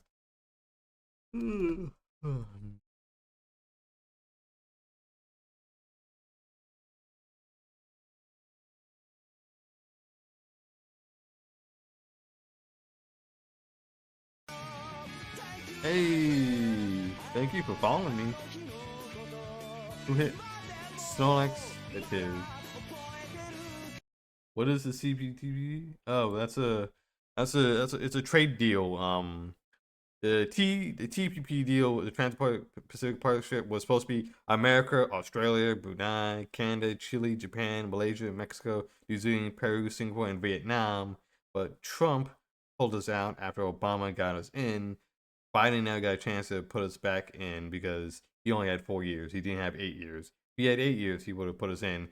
Canada just joined, and I think was it Indonesia that's thinking about joining it because unfortunately the UK economy ain't doing so hot. So thank you so much, Snorlax. Thank you for joining me. My name is InugamiTheHound. I am here to let you know that I am a variety streamer. I stream a bunch of different things. I usually stream video games, but every once in a while, I like to stream, content related to furry stuff, furry memes, sometimes firearms, and economic stuff. So I think that's cool. I've done some political stuff, but yeah. Alright, that's cool. Ah, so you live in the UK, that's nice.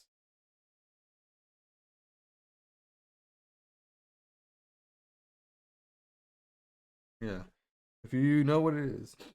RimWorld. Never heard of RimWorld, but hey. Thank you for joining us. Thank you for being part of the Weeb Herd Nation.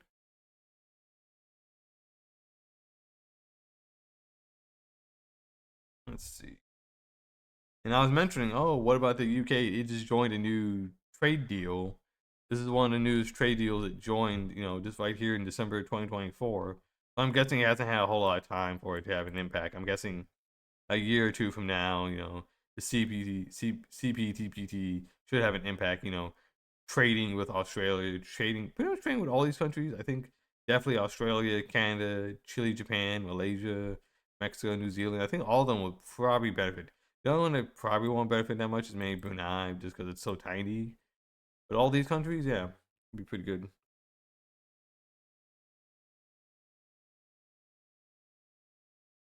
Uh-huh. Cool. Let's see, any other interesting, because this guy does some pretty good, interesting videos on economics, so at least try to check it out. China's economy is imploding, Russian oil has been canceled, UK has inflation accounts, UK's out of cash, UK pound crashing.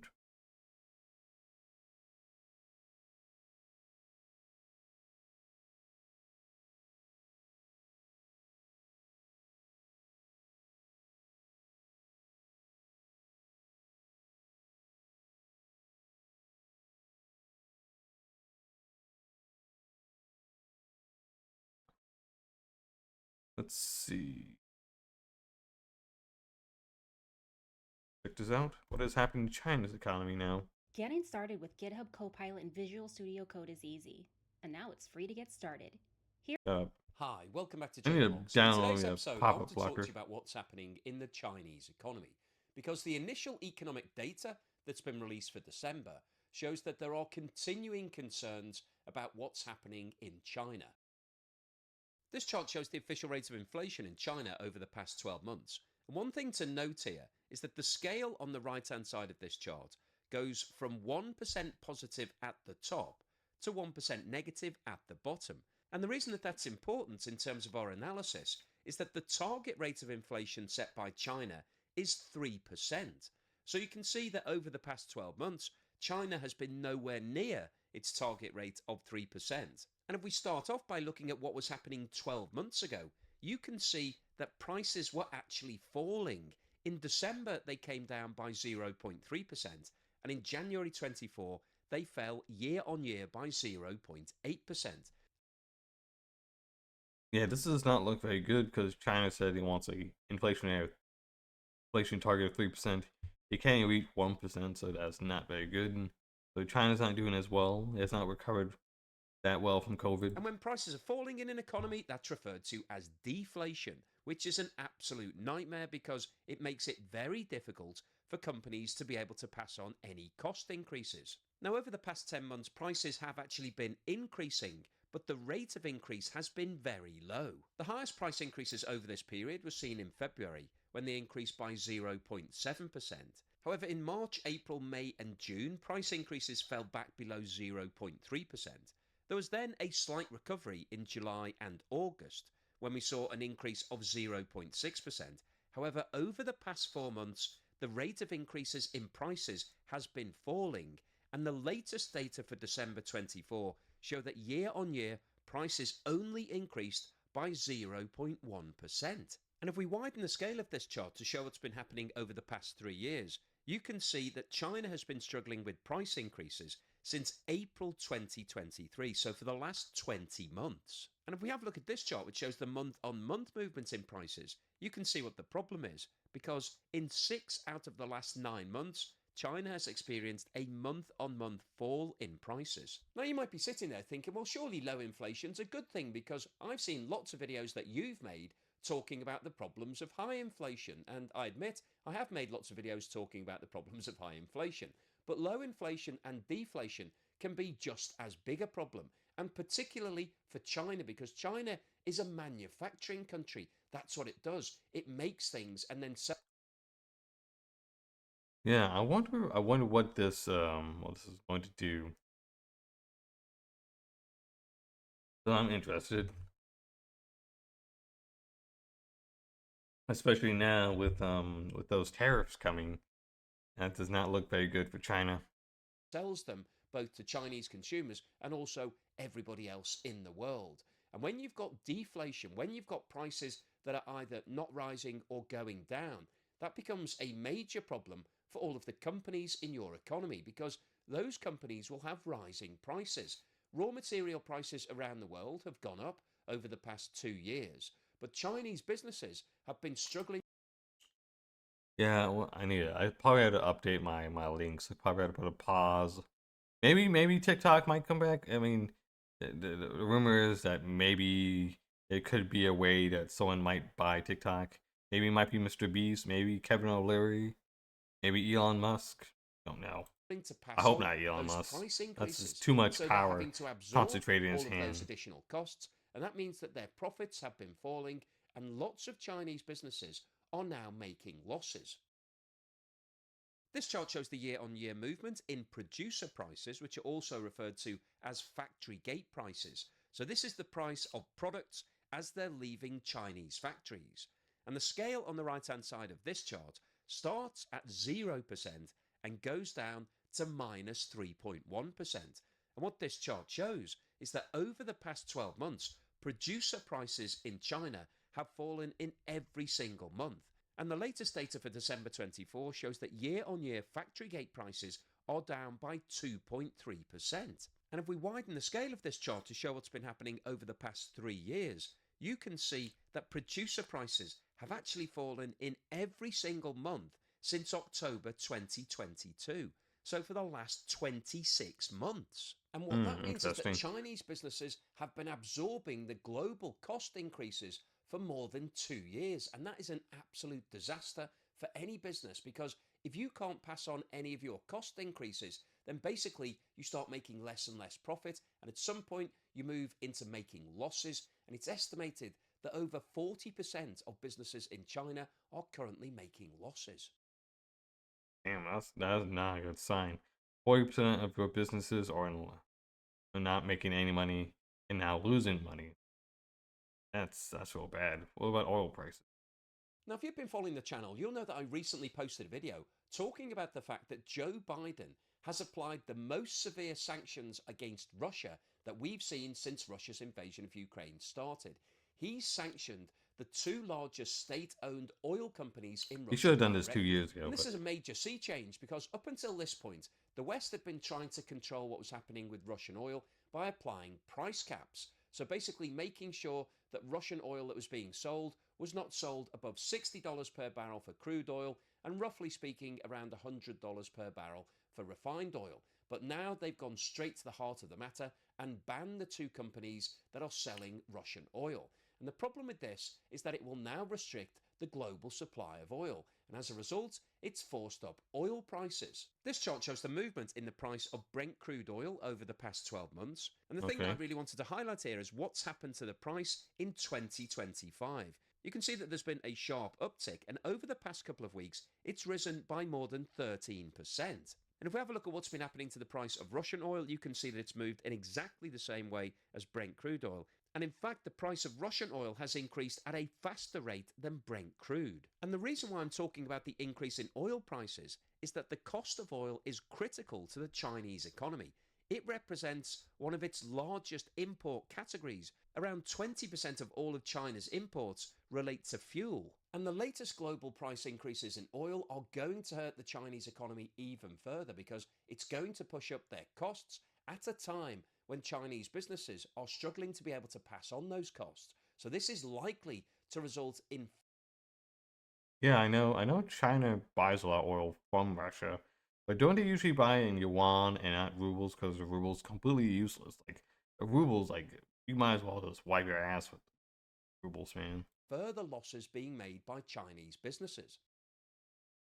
One of the other major issues that China is facing right now is that Donald Trump, who takes over as the president on the 20th of January, has said that he's going to apply additional tariffs of at least 10% against all Chinese imports. And obviously that's going to hurt Chinese trade. This chart shows the year-on-year movement in the value of China's exports over the last 12 months. And what I wanted to highlight here is that in December there was a significant increase. Year-on-year exports increased by 10.7%. And think about that, like, cause that's 1 month before we need Starbucks coffee. Sure. I mean, I don't really care about Starbucks coffee all that much, so. So you may think that that looks like a positive move in terms of the Chinese economy. However, in reality, what we are seeing here is a lot of businesses in the USA are placing large orders. Yeah, everyone's just stocking up, like from any country, China, Mexico, Pakistan, India, because they had to stock up all the stuff, because the tariffs that could be slapped on there, it could be 10%, it could be 20%, 30%. it doesn't matter, man. It's all bad. It's all terrible. It's all about to ruin the economy. And all that hard work over 4 years of improving the economy is just go down the drain. We're gonna have huge recessions, maybe a depression. I mean, I think that's what we need. We need a depression here. Maybe that will finally teach people that, hey, maybe we should have went 4 more years of Biden, my friend. 4 more years of Biden. Orders at the moment in China to beat the tariffs. They're looking to buy at the lower price before the new tariffs are applied and prices go up significantly. So this is potentially a last hurrah before Donald Trump comes in and the level of trade between the USA and China falls. And to highlight the fact that China is not gearing up for a strong 2025, this chart shows the year-on-year movement in China's imports over the last 12 months. And the reason why this is important is because China imports a lot of raw materials in anticipation of passing them through the manufacturing process and then exporting finished products. So when we see a rise in the value of imports, it means that China is buying in lots of raw materials so that it can expand its manufacturing and export more products. However, what this chart shows is that over the past 5 months, the movement in the value of imports has been very low. In August 24, the value only increased by 0.5%. That fell to 0.3% in September. And in October and November, we actually saw the value of imports falling in China. In October, it went down by 2.3% and fell by 3.9% in November. Now, in December, there was a slight recovery. The value increased by 1%. However, when you consider that China has set a GDP growth target of 5%. I mean, look at beginning 2024 a lot. 1, 2, 3, 4, 5 months with negative. 1, 2, 3 months that are very good. And 1, 2, 3, and 4 months that are really, really bad. So that does not look very good for China or its economy. A 1% year-on-year increase is nowhere near enough what China needs to be able to achieve that. This chart shows the year-on-year movement in gross domestic product in China, which is reported quarterly over the past 3 years. Now, as you're probably aware by now, the GDP target that's been set by the Chinese authorities for 2024 is growth of 5%, and they've also set that same level for 2025. And what we can see here is that in the first quarter of 2024, China achieved year-on-year growth of 5.3%. So at that point, things were looking good to achieve the 5% target for the full year. However, by the halfway point of 24, the year-on-year movement had fallen to 4.7%, and in the third quarter it fell further to 4.6%. So in order to achieve year-end growth of 5%, China will need to see a very strong last quarter. However, the data that we've just looked at does not indicate that China is currently performing exceptionally well, and there is obviously a further question mark as to whether they can achieve that same figure for 2025. Are you ready for retirement? No. A free retirement planner shows you where you stand. So what's the I'm summary so and fucked on conclusion today? retirement. Well, I wanted to post this video because Give me a better China job. is the second largest economy in the world. I'll probably do a better job of putting some money away for retirement, but really all I care about is making some money, and buying some awesome ass shit, buying some guns. I want, work out, give me a fursuit, man. Get some, dummy thick cheeks, my friend. What happens in China is important to the global economy. And what we've seen from today's data is that the problems that we've been following over the last few months in China are continuing. And in fact, they're getting worse because inflation is now down to 0.1%. It is barely above zero. And that is a major problem for China because China is a manufacturing country. A lot of its business is based on companies making things and selling them all around the world. And the cost of raw materials has been rising over the last couple of years. So Chinese businesses have seen their costs going up at the same time as their prices have gone down. And we saw from the factory gate price data that that's actually been going on for more than 2 years. And that's an absolute nightmare. You can imagine if you were running a business and you were constantly having to cut your prices whilst your costs were going up, at some point you'd want to throw the towel in because that's not a sustainable business model. These Chinese businesses don't have enough profit margin to be able to absorb it. When you think about Chinese products, they're sold at a relatively low price all around the world.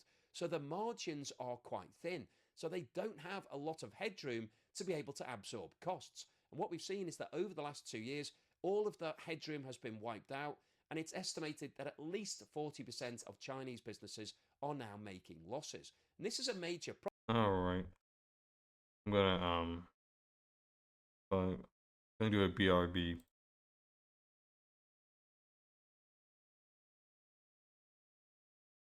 Ranges. Go ahead, I don't care.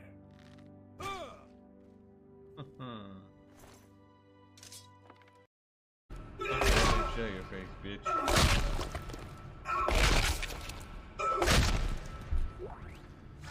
Oh, plasma ammo? That's it, bitch? Anything else? Isaac campaign is pretty strong.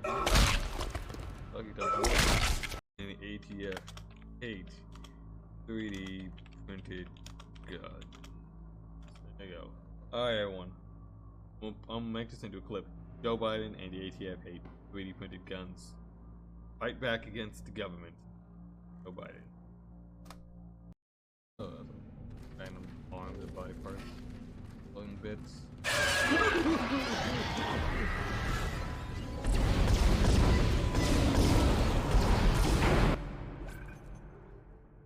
Ooh.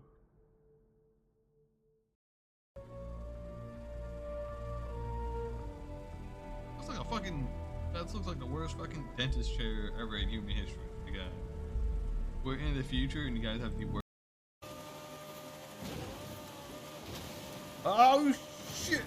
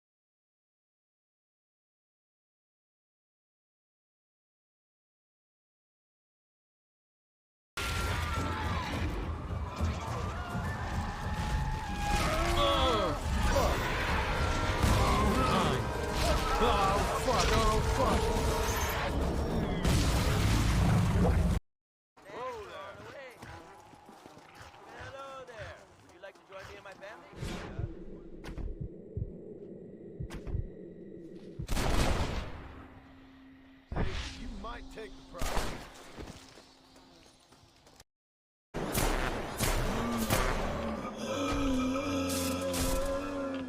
Yeah!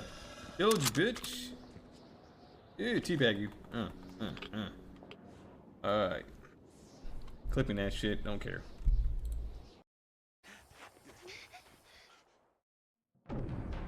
You got a stranger killing the hostage. ¡Ayúdame, alguien!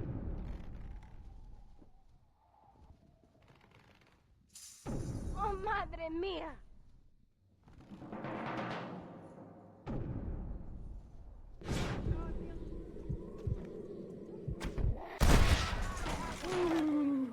Me gusta hacerlo explotar. No puede ser.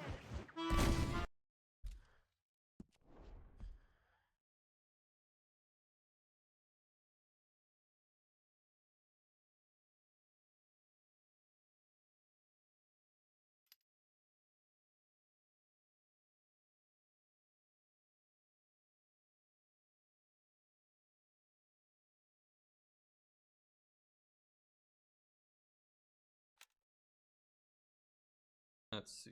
Any filter, lock exposure. It's pretty. What the f? Did anyone see that? Did anybody see?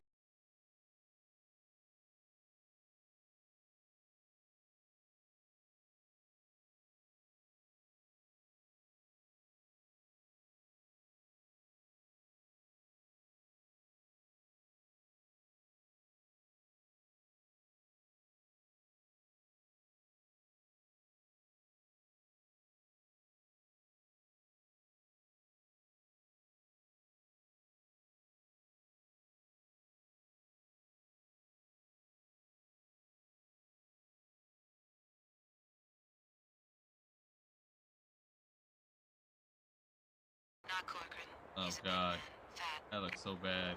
On the balcony.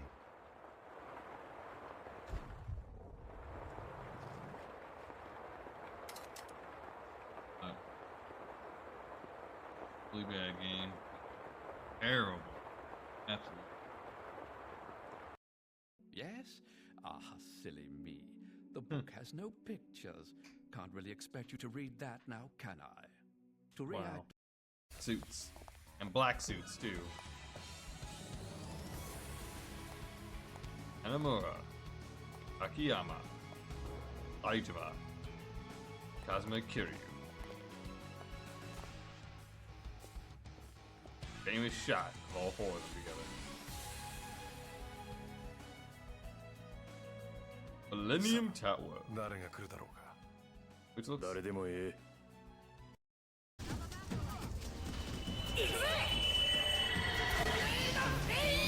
Hey! Subscribe at the Avatar Prince. I'm making it funny. Oh shit. I mean, that's crazy.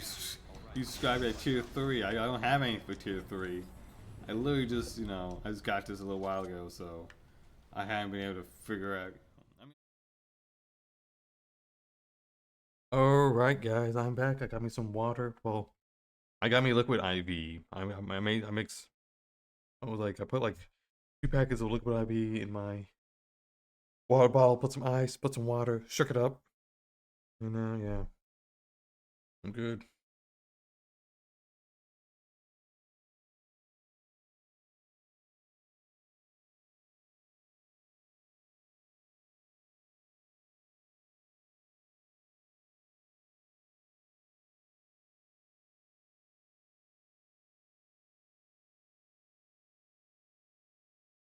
Yeah, we've been doing this for a while. We've been slowly going through the packet.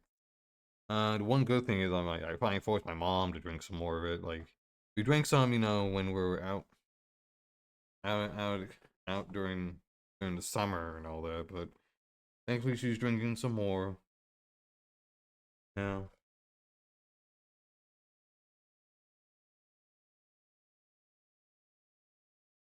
This stuff was a lifesaver out there in that heat. Just sorting your balls off, man. Alright. Some economic news, and now let's see. Anything good? Anything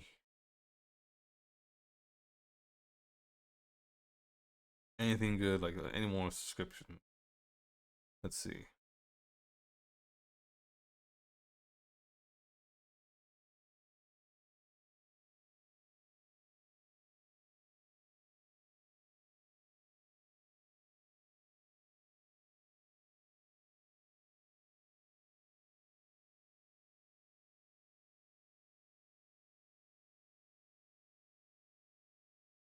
Let's see.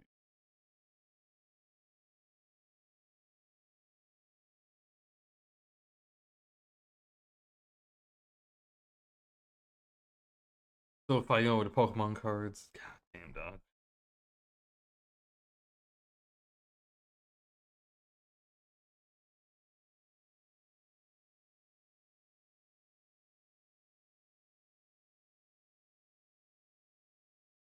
Hmm.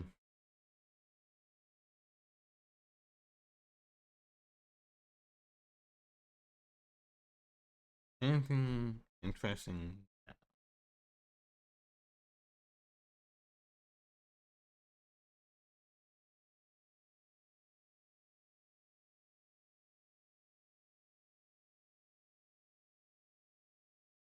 See.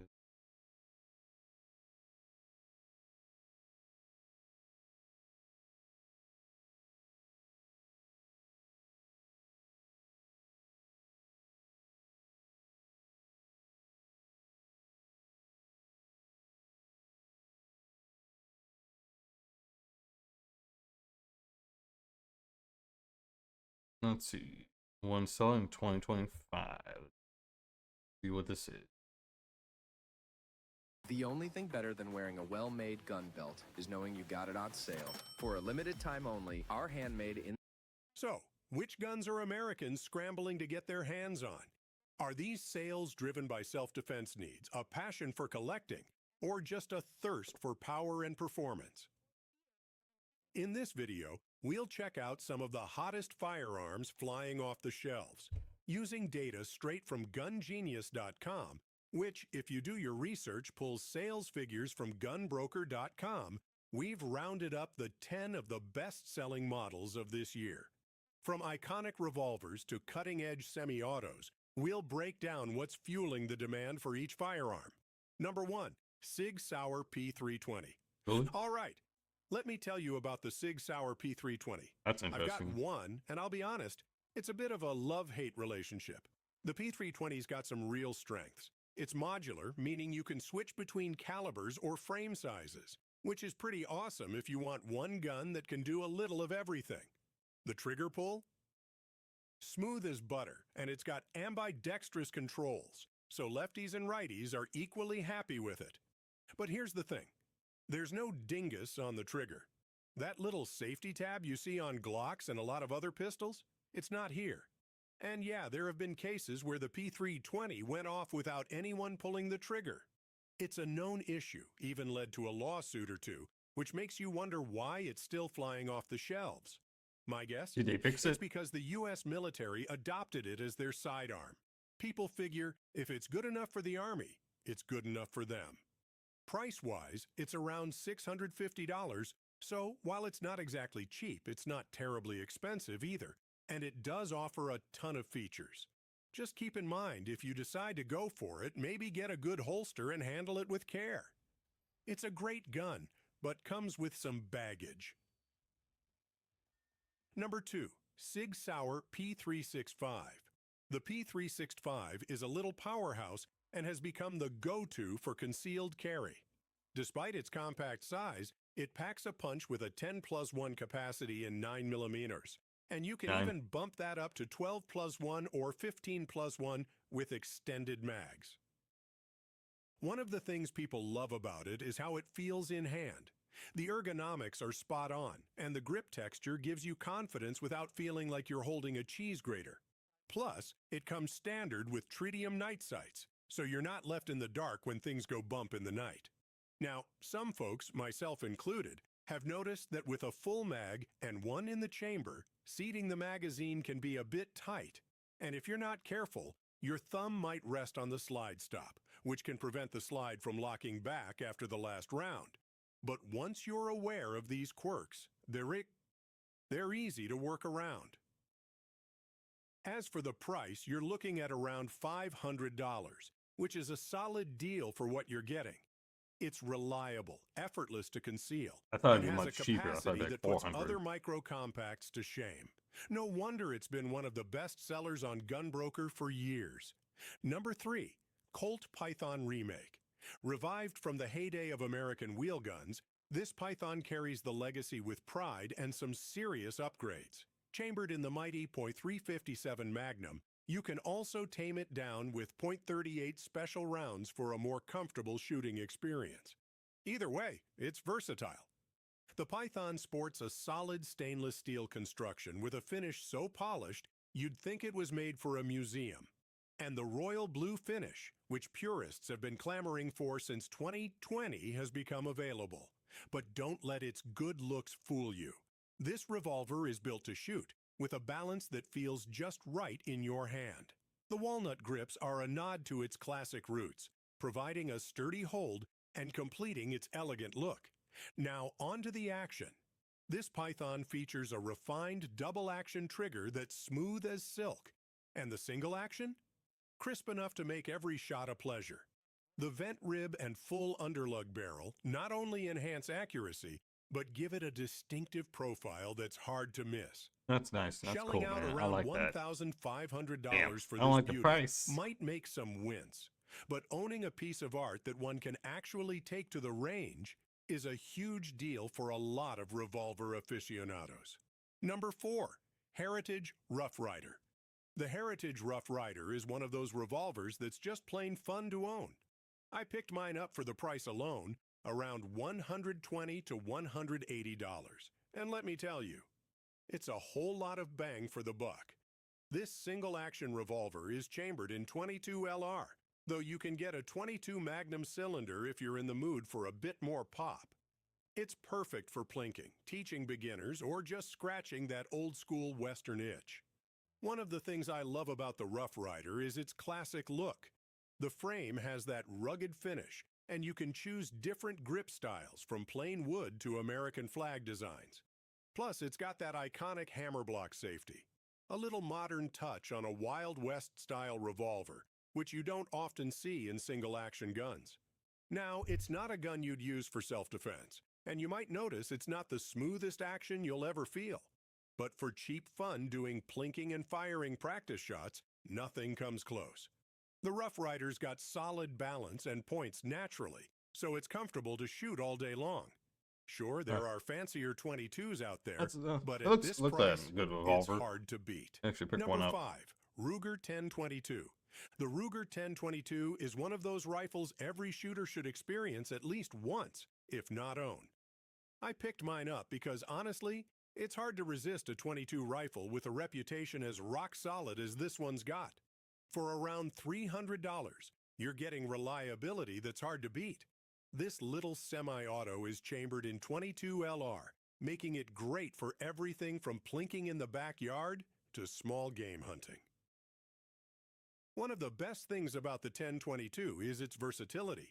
This rifle is like the Mr. Potato Head of firearms, customizable from muzzle to buttstock. You want a new barrel, stock, or maybe a high-capacity magazine? You got options, my friend. It's built with a detachable rotary magazine which holds 10 rounds and feeds smoothly without a hitch. The sights are basic but effective, with a flip-up rear sight that's easy to adjust. Shooting this thing feels effortless, and the recoil? Next to nothing. It's the perfect starter rifle, but even experienced shooters love it for the sheer enjoyment factor. Number 6, SIG MCX.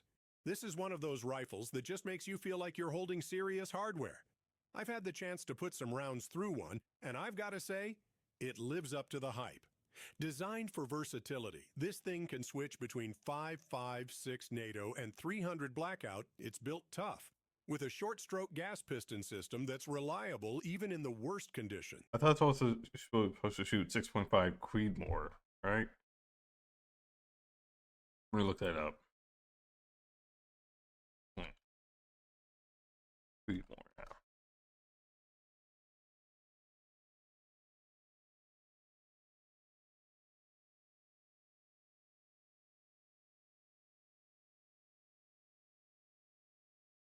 I'm not crazy, am I? The MCX Spear is supposed to shoot that, right? Yeah. Spear. Yeah, it can go 6.5 Creedmoor. So maybe there's another version I don't know about. Think of it as SIG's take on the AR platform, but with some extra finesse. One of the MCX's coolest features is its folding stock. It's compact and perfect if you need something easy to stow or carry. Plus, it's downright fun to shoot with the shorter length. The controls feel intuitive, especially if you're familiar with ARs, but SIG's design tweaks give it a unique feel that you'll appreciate. The recoil is impressively light, thanks to the piston system, so follow-up shots are smooth and fast. Now let's talk numbers. The MCX runs around $2,000. Pricey? Sure, but you're getting a high-performance, adaptable rifle that's built to last. Number 7, Browning X-Bolt. The Browning X-Bolt is hands down one of the finest hunting rifles I've ever owned. When I first picked up mine, I knew it was something special. Browning designed this one with hunters in mind, and it shows, from the smooth bolt action to the spot-on accuracy. Chambered in a range of calibers, you can take on anything from varmints to big game with an X-Bolt. Mine's in .308, which has served me well for deer and elk. One thing I love about the X-Bolt is its 3-lever feather trigger system. The trigger pull is light and crisp, breaking at around 3.5 pounds, which helps with precise shooting. The bolt design is also a win. It's got a 60-degree throw, which means you're cycling rounds quickly without banging your hand into a big scope. It's also outfitted with Browning's Inflex Technology recoil pad. Sounds fancy, but all you need to know is that it eats up recoil, so you're not left with a sore shoulder after a day in the field. The price is around $1,000. Not bad for this level of craftsmanship and reliability. Number 8. Marlin Model 1895. The Marlin Model 1895 is a true classic, especially if you're into lever-action rifles with a bit of punch. This 4570 lever gun is perfect if you're after some serious stopping power. This cartridge has been around for over a century. Hi there, my name is Ryan G. Wright, and I am the founder of The Investor's Edge. If you've ever wanted to get and is known for dropping big games with authority. For anyone who's hunting big game in thick brush or up against larger targets, the Model 1895 is a solid choice. The walnut stock is sturdy and feels good in the hands, giving the rifle a balanced, steady feel even when loaded with the hottest 4570 loads, like the Buffalo Bore 430-grain hardcast flat nose. This powerhouse round starts off with a muzzle velocity of around 1,900 feet per second, generating about 3,446 foot-pounds of energy. Even at 200 yards, which is a realistic distance for taking down big game like moose, this round keeps going strong. It holds a velocity of approximately 1,939 feet per second. And now, this is something I want to pick up, man. I have like all the guns from Red Dead. That's still more than enough stopping power to drop a moose or a large bear, thanks to its deep penetration. Plus, the big loop lever on some models is great if you're wearing gloves, handy for cold weather hunts. As for the price, you're looking at about $1,200 for a new one. At that price, it's not hard to see why it's also one of the most consistent best sellers. Number 9. Beretta A300. The Beretta A300 is one of those shotguns that just makes sense for anyone who loves a reliable semi-auto. After doing my homework, I can see why this Italian beauty has a solid following, especially among hunters and sport shooters. First off, the A300 is straightforward, no nonsense, and built to last. Beretta used a gas-operated system here, which does a great job of reducing recoil, making it comfortable even during long shooting sessions. One of the standout features is the ease of maintenance. You don't have to be a gunsmith to keep this shotgun clean and running smoothly. Alright, that's good, man. The A300 breaks down quickly, which is a big get a Beretta, get a Remington, Mossberg. And need to give it a quick wipe down. And speaking of being in the field, it's available in different finishes. Like, I would love to get a Browning Auto 5. There you go, you know.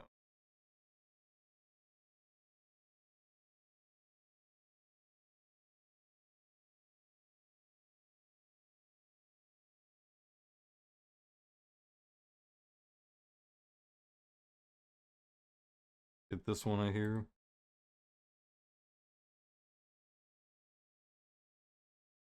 Come on.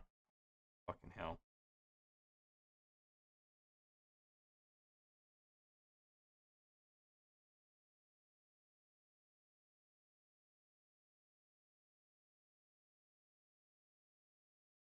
This A5 Lightning right here.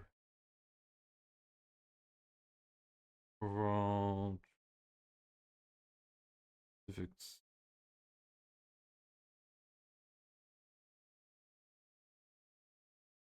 Oh.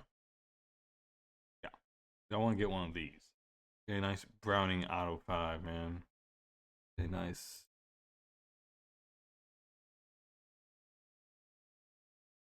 Or Winchester.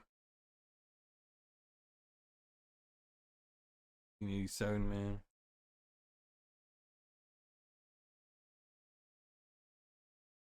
Good.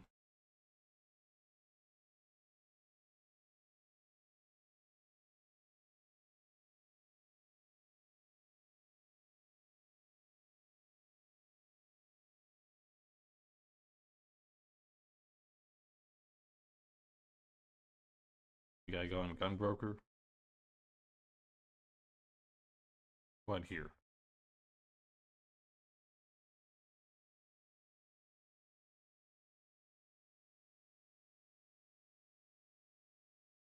Guns.com.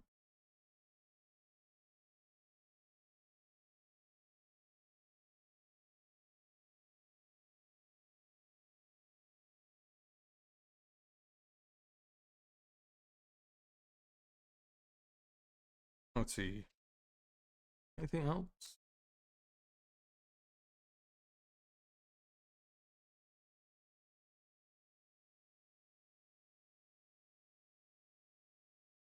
This wall's be pretty good.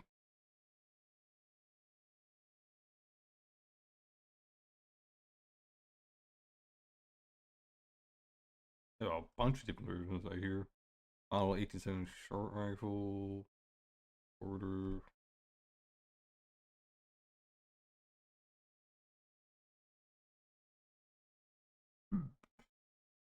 Like right here.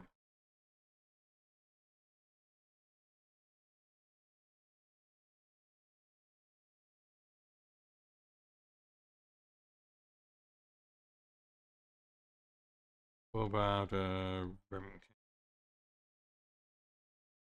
In 870. You can't go wrong with that. 70.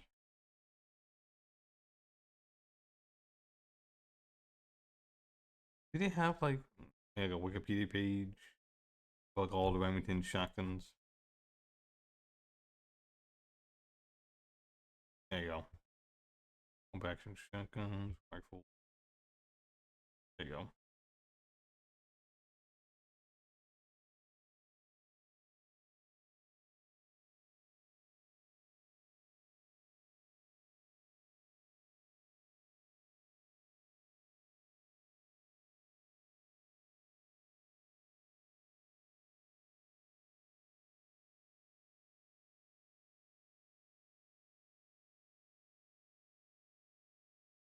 Let's see. All 31.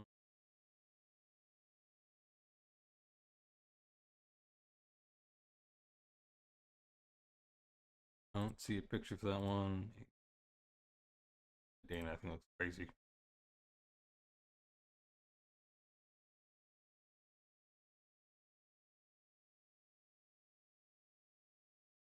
You sell some of this?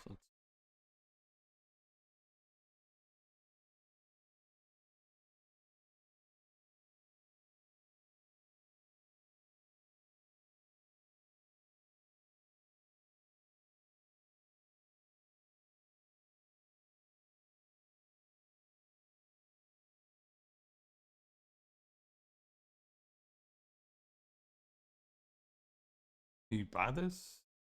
Hmm.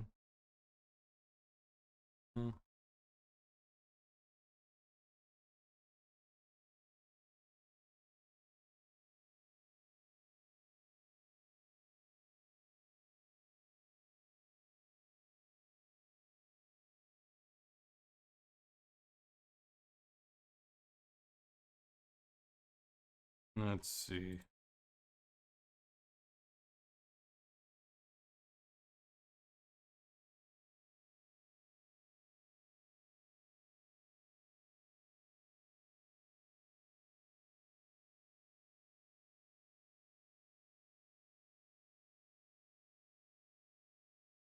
Let's see what's. Do you sell any semi-auto shotgun?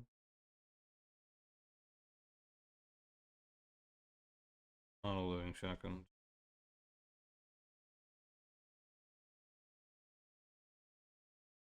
It's just two here. But here in general.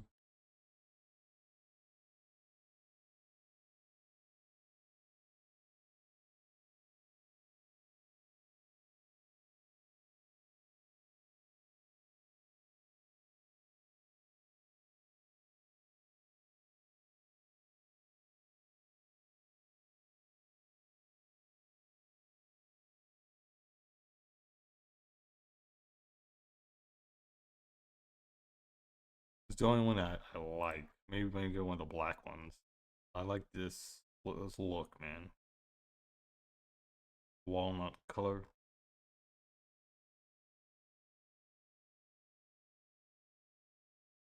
Alright, let's get back to this video. Including a camo pattern for those who want to blend in during duck season.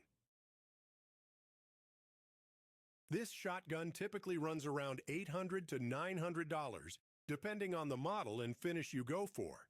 Not bad at all for a super reliable semi-auto made by a reputable gun maker. Number 10. Mossberg Model 590 Shotguns. The Mossberg Model 590 complete this list, and this shouldn't come as a surprise. This boomstick is built like a tank. I've had mine for a while now, and it has never let me down. As long as it's got a shell chambered, it fires whenever I pull the trigger, thanks in no small part to its rugged design, with a heavy-walled barrel and that signature ambidextrous safety on top, which is a nice touch if you're switching between shooters or positions.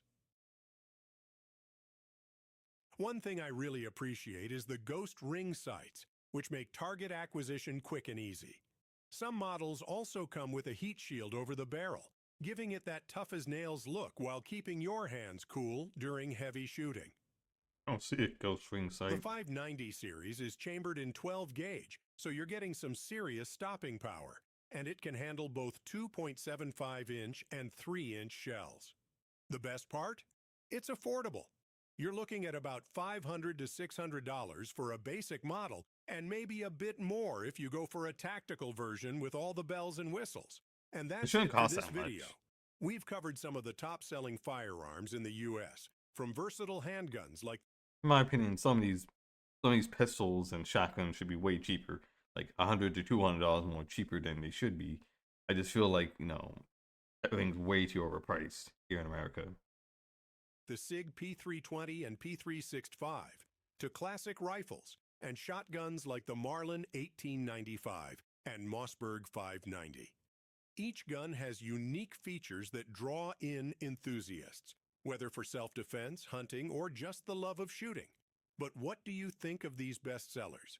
Interested in any of them? Or would you happen to own one? Let us know in the comments. Don't forget to like, share, subscribe, and click the bell icon to stay updated on all our latest videos. All right, I'm going to be ending it there. Buy on blue, sell on red. This new indicator... There you go. Ooh, they can shut up now.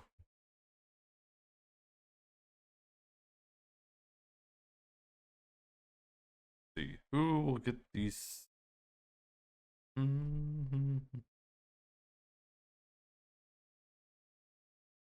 Ooh, let's see. Someone's playing Yakuza 0. Hell yeah.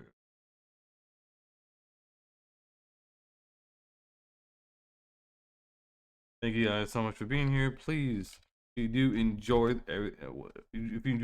what I'm doing, please, it would be an honor to have you follow me, watch me, support me, talk to me, chat with me, you know, that type of stuff. Please, if you're able to donate to me, please do so. Especially now in 2025, if you can subscribe, that'd be great. Especially if you hit a Twitch sub or Twitch Prime sub. That type of stuff is super important these days because without that, I can't survive. Thank you guys so much, and goodbye.